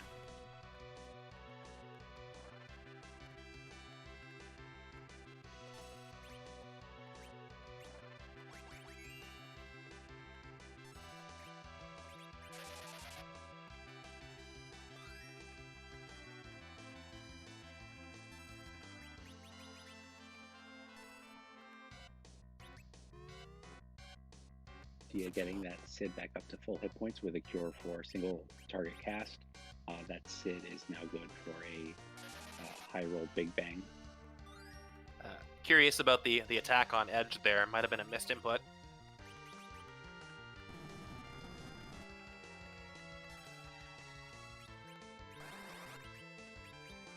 Could actually be trying to take down Edge just to keep the minimum number of characters alive in order to finish out the battle using mage strats. Getting Rosa and Rydia's turn order uninterrupted by melee fighters other than, I guess, Sid, who is acting as a chemist, would be a fairly reasonable thing to do in this scenario.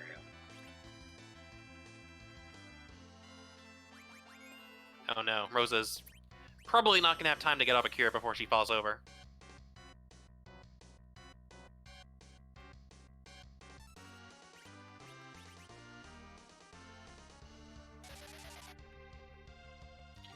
Oh man, one hit point on that Rosa, and she manages to get the heal off. Very nice. This is pretty exciting.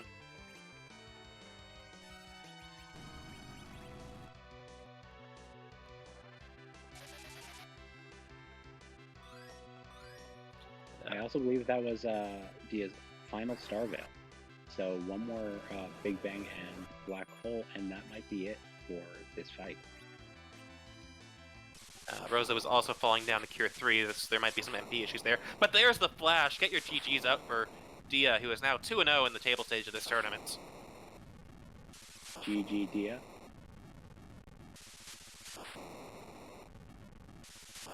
Official race spot time of 1 hour, 24 minutes, and 12 seconds.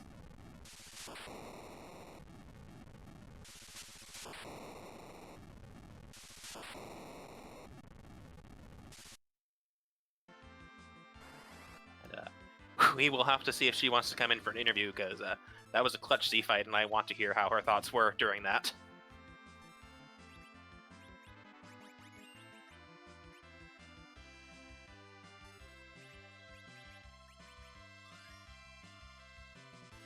Yeah, we all saw Dia kill Z, so I guess we need to vote Dia.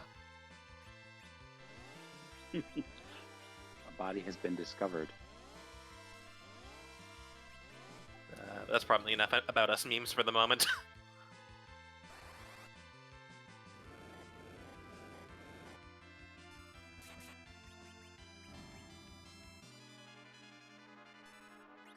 Frostbite, in the meantime, still making good progress on the D machine grind.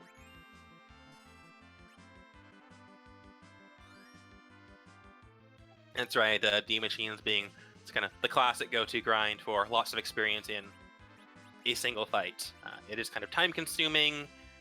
You get everything at once, which has the advantage of cool slingshots, but on the other hand, it means you're not gaining power as you go. And we are joined by tonight's winner, GG Dia. Thank you.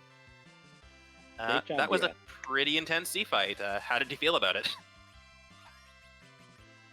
I really don't like hydro stress, so just one for the use radio, and Rosa has everything else under control. Sid's just a giant HP pool, so if anything happens, you'll be alive. You can pick Rosa up and just get back on track. Right. So that edge attack was intentional. Just wanted to get him out of here. Gotcha. And were you at all worried? It looked like you were down to your final Star Veil. If that turn hadn't been the Lightning Flash, that might have spelled major trouble. What were you thinking? That wasn't a big issue. Like, if that doesn't kill there, I can always just use a wall from Rosa, and like nothing really changes. Fair enough. I did have one question for you. So we all felt for you having to walk out of Zot after that first attempt at Rubicon. When you finished your grind and came back, you went right back to Zot, but your party was full. So we were curious, what was your logic in going to Zot instead of, say, right up to the moon now that you were fully powered? The answer is pretty simple. I wanted to exit before I went to moon. Yeah, wanting to exit is a perfectly valid reason. Yeah, perfectly valid. Because, that's just way too long to walk back out of the LSP. And I have pass, so let's just get an exit, go to the moon, and just go from there. And just gave me a bearing to go with, so I'll take it. Yep. We were also curious about your party decisions in the very early game. You turned down a lot of characters, and we were definitely surprised to see Rosa get the no for a while. Basically, I was very greedy. I wanted Tella and 2 Black Mages, and I just had to settle with Rosa, Edge, and 1 Black Mage. Yes, Frostbite did discover Atella in Dwarf Castle, so I don't think you were planning on dealing with that Kainatsu anytime soon, though. I wasn't planning on going underground anytime soon, so... if Tella didn't show up, I was going to do the max grind anyways. The Moon Veil just made it a whole lot easier, a whole lot quicker. It just makes it where I don't have to do any stuff at all. I can just give it a look and go straight in rather than going, getting levels on Rosa so I blink, and I just ignore that entire first part of it. Gotcha. So you're 2-0. What happens next? Up next is Threemus. I like the confidence, and I hope you get there.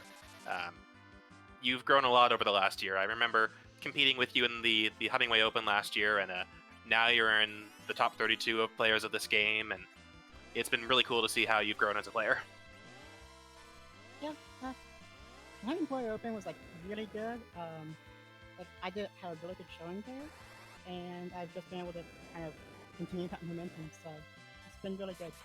Well, this was a very well-run race, Dia. Very impressive, as always. Thank you so much for joining us and answering our questions. Anything that you'd like to add? Just maybe next time I shouldn't be so greedy.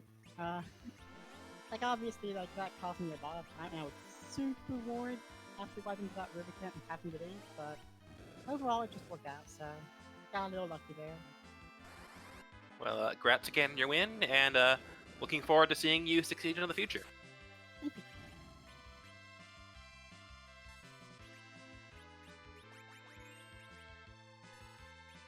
So we rejoined Frostbite's still fighting his grind battle. We see actually in the spoiler on Dia's screen that Adamant is actually at Sheila. So his decision to go underground might pay off toward forging. I didn't actually catch where Legend was, though. Our tracker Sheep Launcher did point out that Legend was at the Odin spot, so Baron was required one way or another.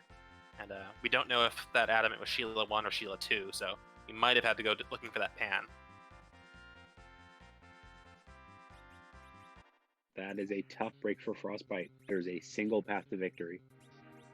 Yes, and Frostbite is done his grind, did not KO the Edward or the Tella, So that's going to make the agility situation a little bit more complicated because we don't have a low-speed anchor to make the fight a little bit smoother. But we'll see how this goes. I think. And I well, think with the Frostbite cursed is warping ring out. Sorry, go ahead. I was saying with the cursed ring on that Tello, I don't imagine he'll have a lot of difficulty, unless it's a very awkward number, like if somehow the cursed ring Tello put him at 27, which would be like the worst possible agility. Yes, and Tello is not that fast, so that is less of an issue. Right. I think with the cursed ring Tello, it's going to be back down into the teens at worst. Yeah, at worst, the low teens.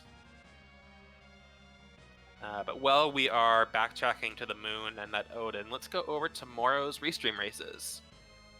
We've got 4 coming up, and all of the times I'm giving out here are in Eastern Daylight Time, or GMT-4 if you prefer that. At 6:30 p.m. on the Free Enterprise channel, we've got Scratch Dragon versus Coffee and Chocobos. And then our next 3 races are all at 9 p.m. Eastern Time. On Free Enterprise, we'll have Locke versus Silverfire. On RPG Limit Break, we'll have Moonblaze Wolf versus Flurry 14. And on Randomania, we'll have Oscar Dwin versus Zyrak.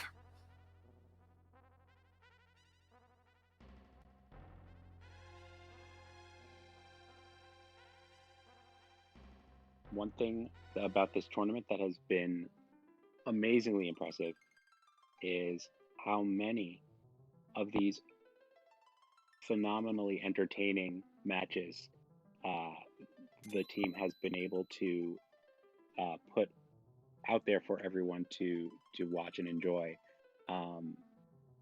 Not every match does get restreamed, but in this tournament, I believe we've already restreamed something in the well over 100 just in the first stages of the tournament. Yeah, like before we even got to the table, we definitely had done 100 plus matches on the restream.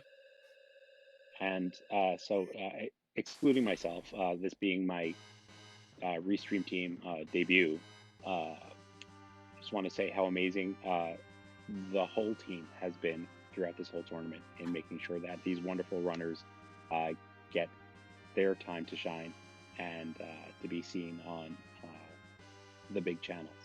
For sure, it has been great how much the restream team has grown in recent times as we all get excited about this tournament. Like, I'm a new commentator. I still couldn't do this if we didn't have our trackers and our restreamers, so be sure to give a shout out to Demarin on restream and Sheep Launcher on tracking while we're at it. Absolutely. Without Demarin and Sheep Launcher, this particular restream would not have happened. And Scala Kitty confirms that we have restreamed around 160 matches so far, which is unbelievable. Yeah, that's pretty darn impressive.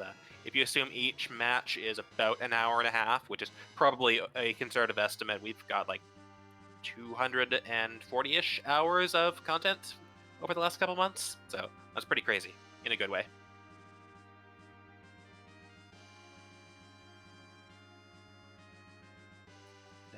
Appear to be having some stream issues on Frostbite's side.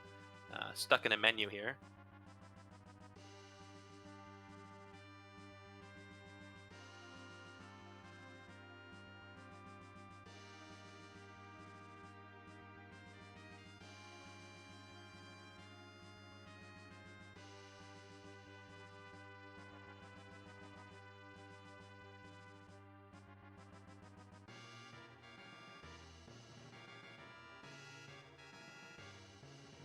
So Frostbite making his way down to the Odin spot to complete his third objective, collect his crystal, and we'll see if we get a double swag walk tonight.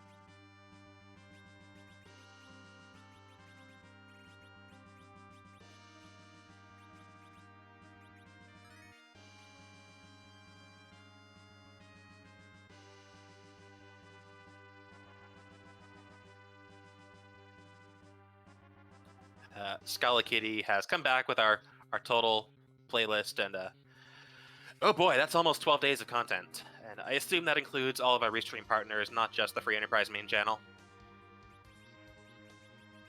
That's right. In addition to the Free Enterprise channel, we also have has some wonderful partners. We have RPG Limit Break and Randomania streaming many of our races and really helping us make this tournament everything great that it's been.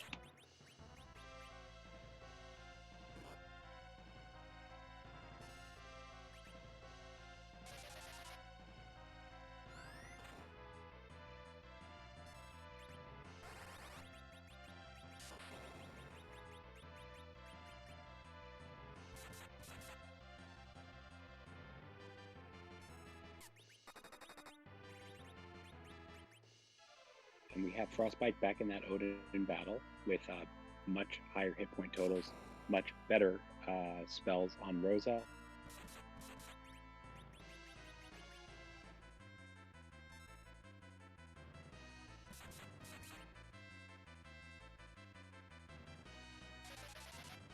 Yep, doing Tele things. Hopefully Odin won't look at him the wrong way before he gets to cast his spell. By the time the tournament is over, Tele will in fact cast Lit 3. Or not. That is what we call the board AI. Boardface, our chief developer and inventor of the randomizer, along with Rivers, is secretly suspected to have created AI for the bosses to attack the worst possible person at every juncture. Yes. Some people swear by board AI, some people think they're just unlucky. The truth may never truly come out. Who needs the truth when we have memes? I don't know. I was almost going to delve back into About Us, and I think that would probably annoy a couple people, so let's not. Instead, let's point out that Frostbite is in go mode with the defeating that Odin.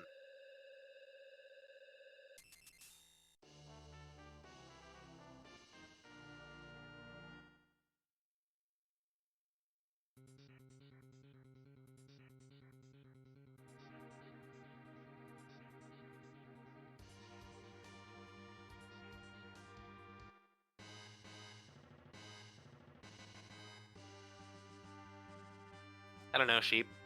I have technically been exported from Canada, and I thought I was okay.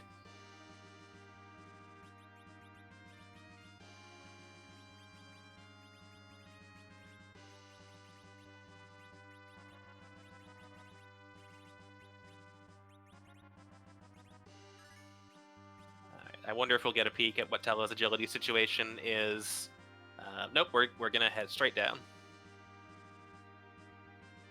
Just enough time to have an argument about what exactly Canada's finest export actually is. I'm tempted to say poutine just because I love the idea of it, but I've never actually tasted it. It's very easy to make bad poutine. You really need the cheese curds to be properly squeaky. It's a texture thing, and it just makes it all work. Shredded cheese is not the same. Well, if that's the case, I'll just backtrack and say Steve Martin.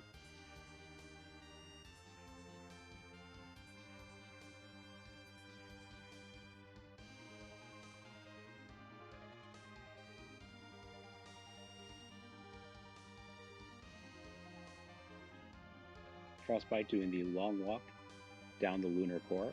Also, in early versions of planning of the game, referred to as the Zenith Zone.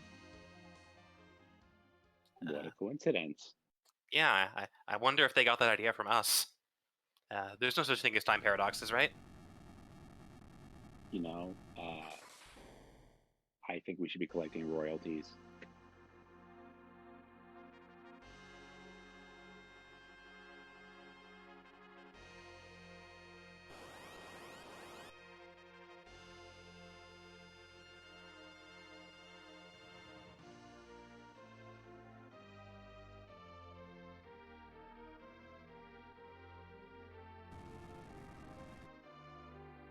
Sheep Launcher is going to make me crack up on commentary. Thank you, Sheep Launcher. I mean, we have fun here. That's the important thing. It is.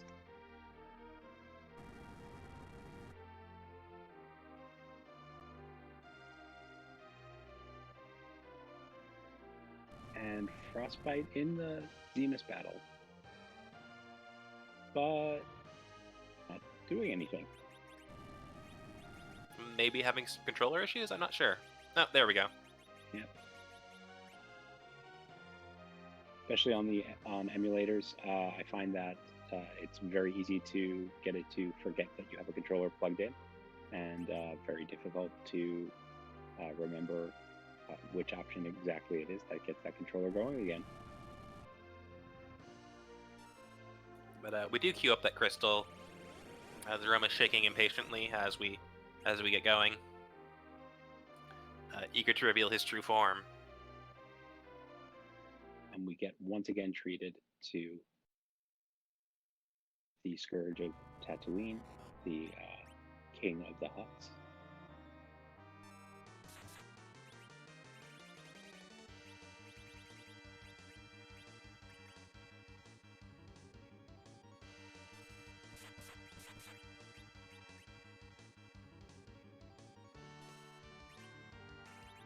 So I'm really curious what Edward's going to do in this fight, because he's going to throw the Silk Web, which is nice, but he doesn't really have the hit points to survive a unnerfed Big Bang, and it's questionable if he can survive a nerfed Big Bang.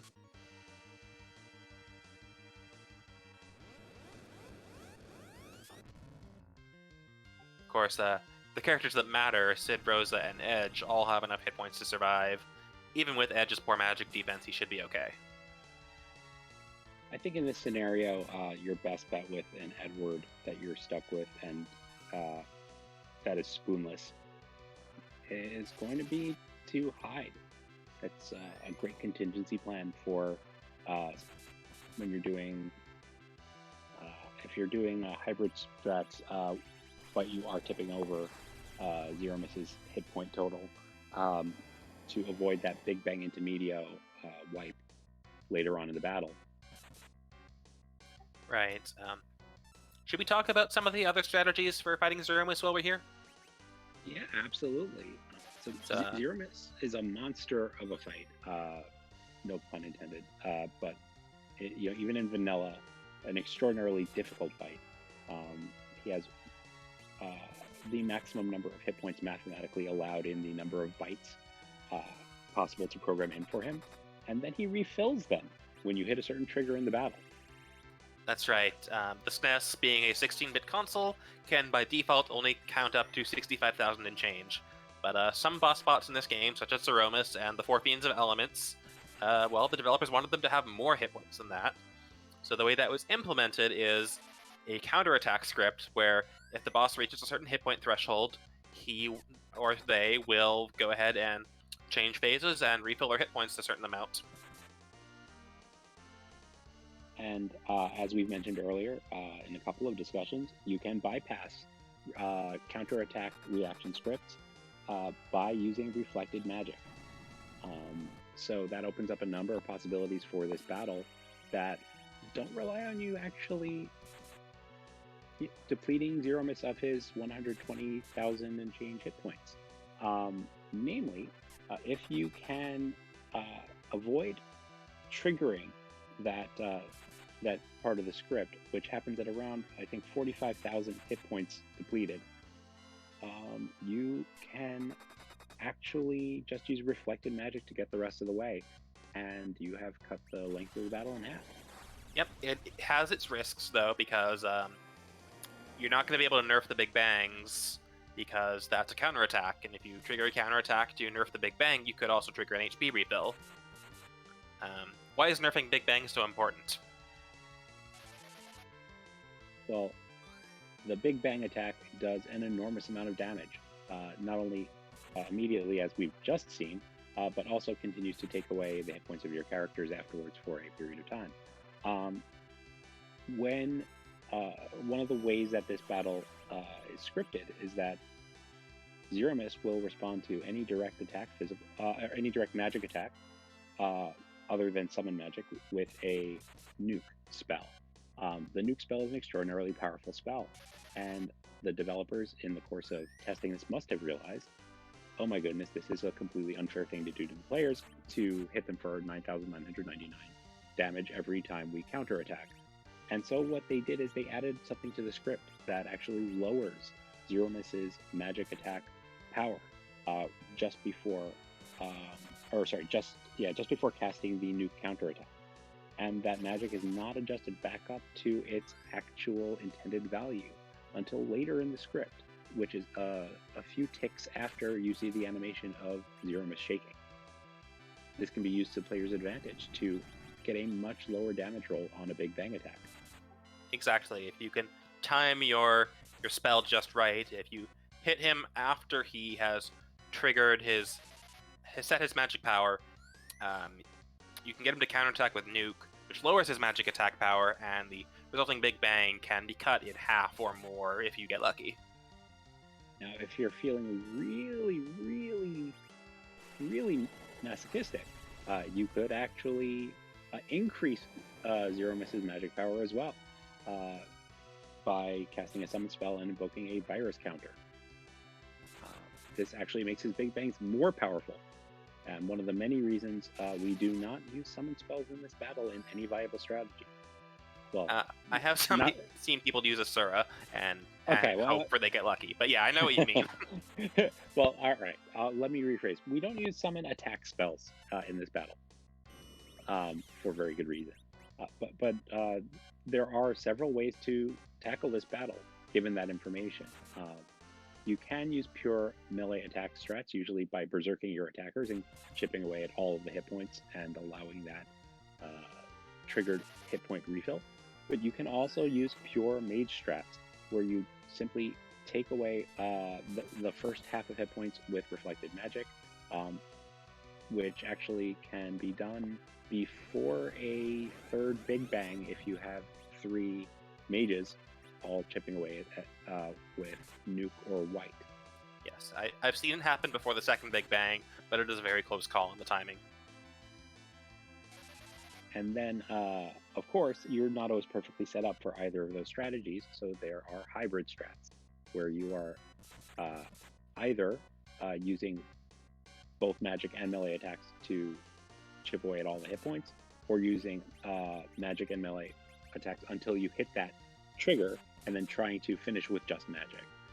Sometimes a variation of this, Unihorn strats, you'll actually berserk your fighters, and then purposefully use the Unihorn item to remove the berserk status before they tip that HP refill trigger.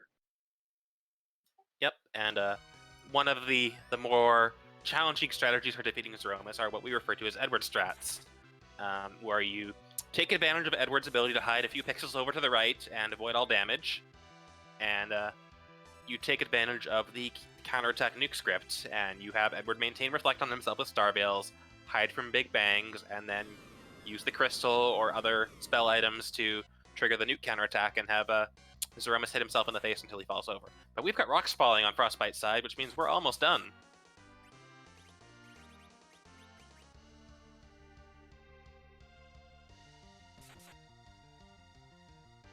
And it looks like Rosa is queuing up a direct cast of Holy.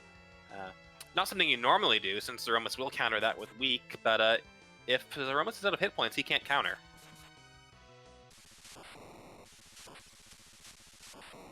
And there's the flash. GG to Frostbite, defeating Javamus. And unfortunately, 0-1, not the ideal start to this stage, but still has 5 chances to win. Official race butt time of 1 hour, 49 minutes, 29 seconds. And we're going to see if Frostbite wants to speak with us.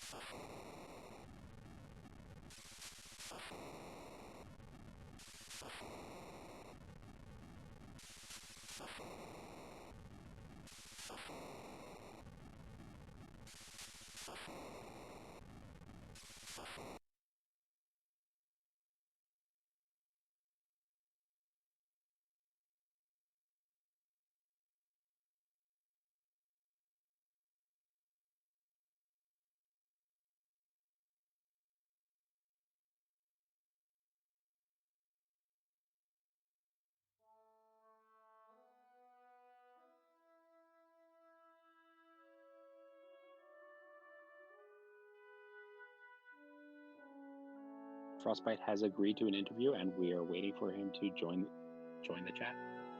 And there is Frostbite. GG, well played. Congrats on sticking it through and taking care of Threemus eventually.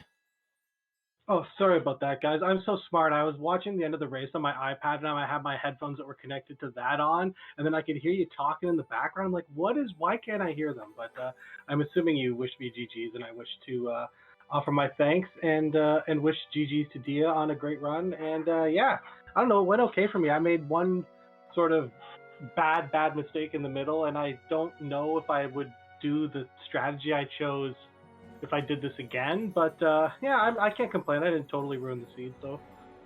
Yeah, I mean, you had some advantages in the early game for sure.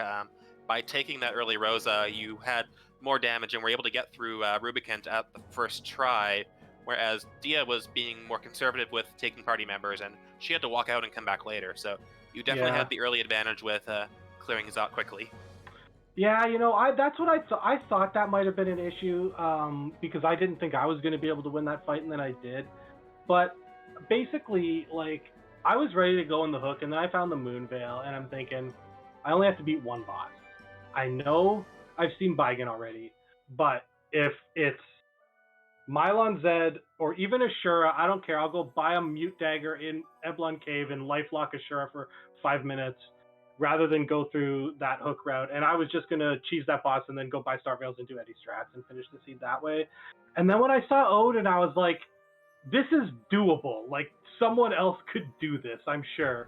I wish I'd gone back one more time with the curse ring on my Sid that I forgot to do, and with battle speed on 5, and seeing if I could take it out with the Thor Rage. I think I have the save on my game file still there. I'm going to go back and try that again. But at RA1, like, I'm assuming that was possible. Maybe I'm wrong. I have never, ever attempted to kill Odin that way. But, like, that was the opportunity to do it, because I would have finished probably, about the same time Dia did if I didn't mess up anything else later, like in the Z fight or whatever. But I'm pretty confident with my Edward strats. Like, they're not hard. Like, the inputs aren't hard. And if you are good at calming your nerves, like, I'm confident I'm not going to have errors with inputs in that Z fight. So, but yeah, when I knew I'd lost the race at that point, though. So when I had to bail from the moon, and obviously that was a mistake because, like, I saw Keinatsu there and I was thinking, this isn't going to be that bad if I get Thor Rages. And I think, was Edge on the hook route? No, Edge was in Zot, so I didn't have Edge yet, but I figured I might be able to get, either Tella in Zot and just D-Machine before I went through, or a better character to bring it through. And yeah, I should have just went for the hook right away instead of doing all that nonsense up on the moon. It would have been pretty awesome to see the third Zantetsuken strategy on Odin and just pop him in one go. That would have been amazing to see, because I have never seen it done personally. I would love to see it. Yeah, I'm not sure if it would have been possible given your agility setup, but it was definitely plausible, right? Well, I had RA1 Eddie, so if it's not, I don't see, like, I had a Curse Ring Sid, he would have been at agility 1, and Eddie was fast already, so maybe it wasn't possible. Like I said, I have no idea, but, like, I just don't know why it wouldn't have been, unless, it's hard, though. Like, I understand, like, it's not even, like, the timing to get it is difficult, too, and yeah, I wasn't gonna, like I said to Dia in the comms, or in the room after she finished, like, if this had have been a race that I was just doing in practice, I would have just rammed my head against that for 45 minutes and seeing, like, if it was possible, right? But in the race, like, even though I knew that the decision to go to the moon first probably sunk me, like, let's be honest here, I needed a tremendous amount of good luck to win this race under any circumstances. Yeah, and Dia's a strong runner for sure. Yeah, like, I think we've raced like 15 times or something like that. I think I'm 1-14 against her, and I bet if you asked her, that one race was probably the worst race she's done in a long time, right? Like, she is one of the absolute elite of the racers in this community, and I have no shame in losing. I didn't expect to win this race. It's one of the reasons I figured Dia's, I think, going to be my most challenging opponent. I'll just get her out of the way early, take the 0-1, and move on from there. But that's not it. Yeah, you've got 5 more chances to win, so hopefully you'll get a few. Yeah, I just want a reasonable start. Like, I hate Edward starts. I just don't like the sort of, you basically, I feel like when I start with Edward, I saw that Sid, I'm like, I almost have to take this Sid, because if I don't, like, I'm not going to be able to do any damage on the overworld. And then when I found the edge, I didn't I had no idea what I wanted to do with my team at that Yeah, point. we 'cause could tell you were questioning whether or not to take him. I really wanted to keep the Riddy on ice, which is why I went and said hello at the end of the game, and Slingshotter for mainly for that Masamune boss, but it didn't work out that way. And I figured, there's Tella. I know I can just do enough D machines to get enough levels on edge that these dang long swords will eventually do enough damage to get through that Odin. And I figured by doing that, my Rosa would get enough health that she'll survive any big bangs. And I mean, my Z fight was super slow, but I knew I also forgot to fix my battle speed, which is always a brilliant thing. Right. We had a couple shaky spots during Dia's fight. We had a Rosa at 1 hit point get a Cure 4 off before she succumbed to Big Bang. So I was pretty curious. tense. Did Dia Mac Giant grind, or what did she end up doing? Yeah, she did Mac Giants, and she did not go underground at all. Yeah, that's what I figured.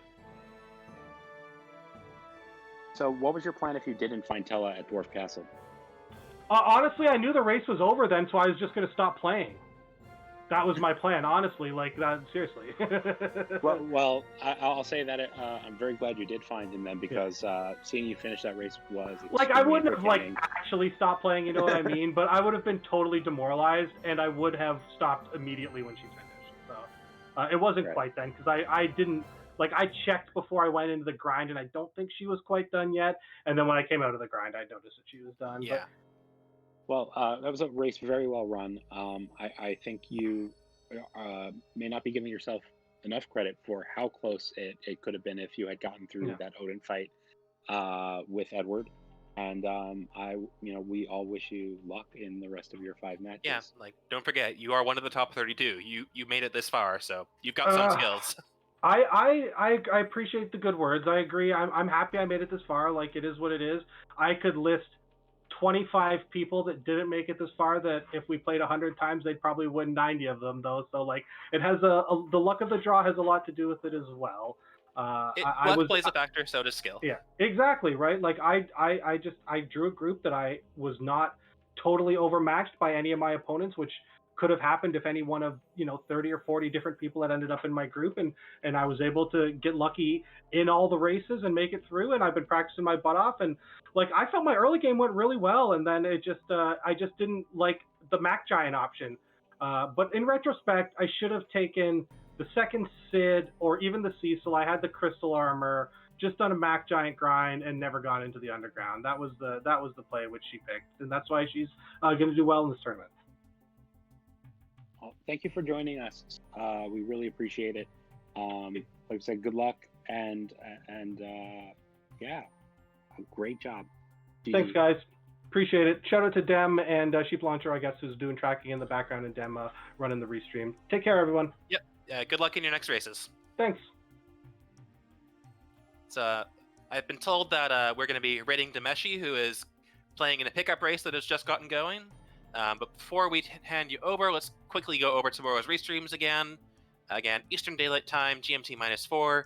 6:30 on Free Enterprise, we've got Scratch Dragon versus Coffee and Chocobos. Then at 9 p.m., we've got Locke versus Silverfire, again on Free Enterprise. Still at 9 o'clock, we've got Moonblaze Wolf and Flurry 14 on RPG Limit Break. And finally, still again at 9 o'clock, we've got Oscar Win versus Zyrak. Thank you so much for joining us, everybody.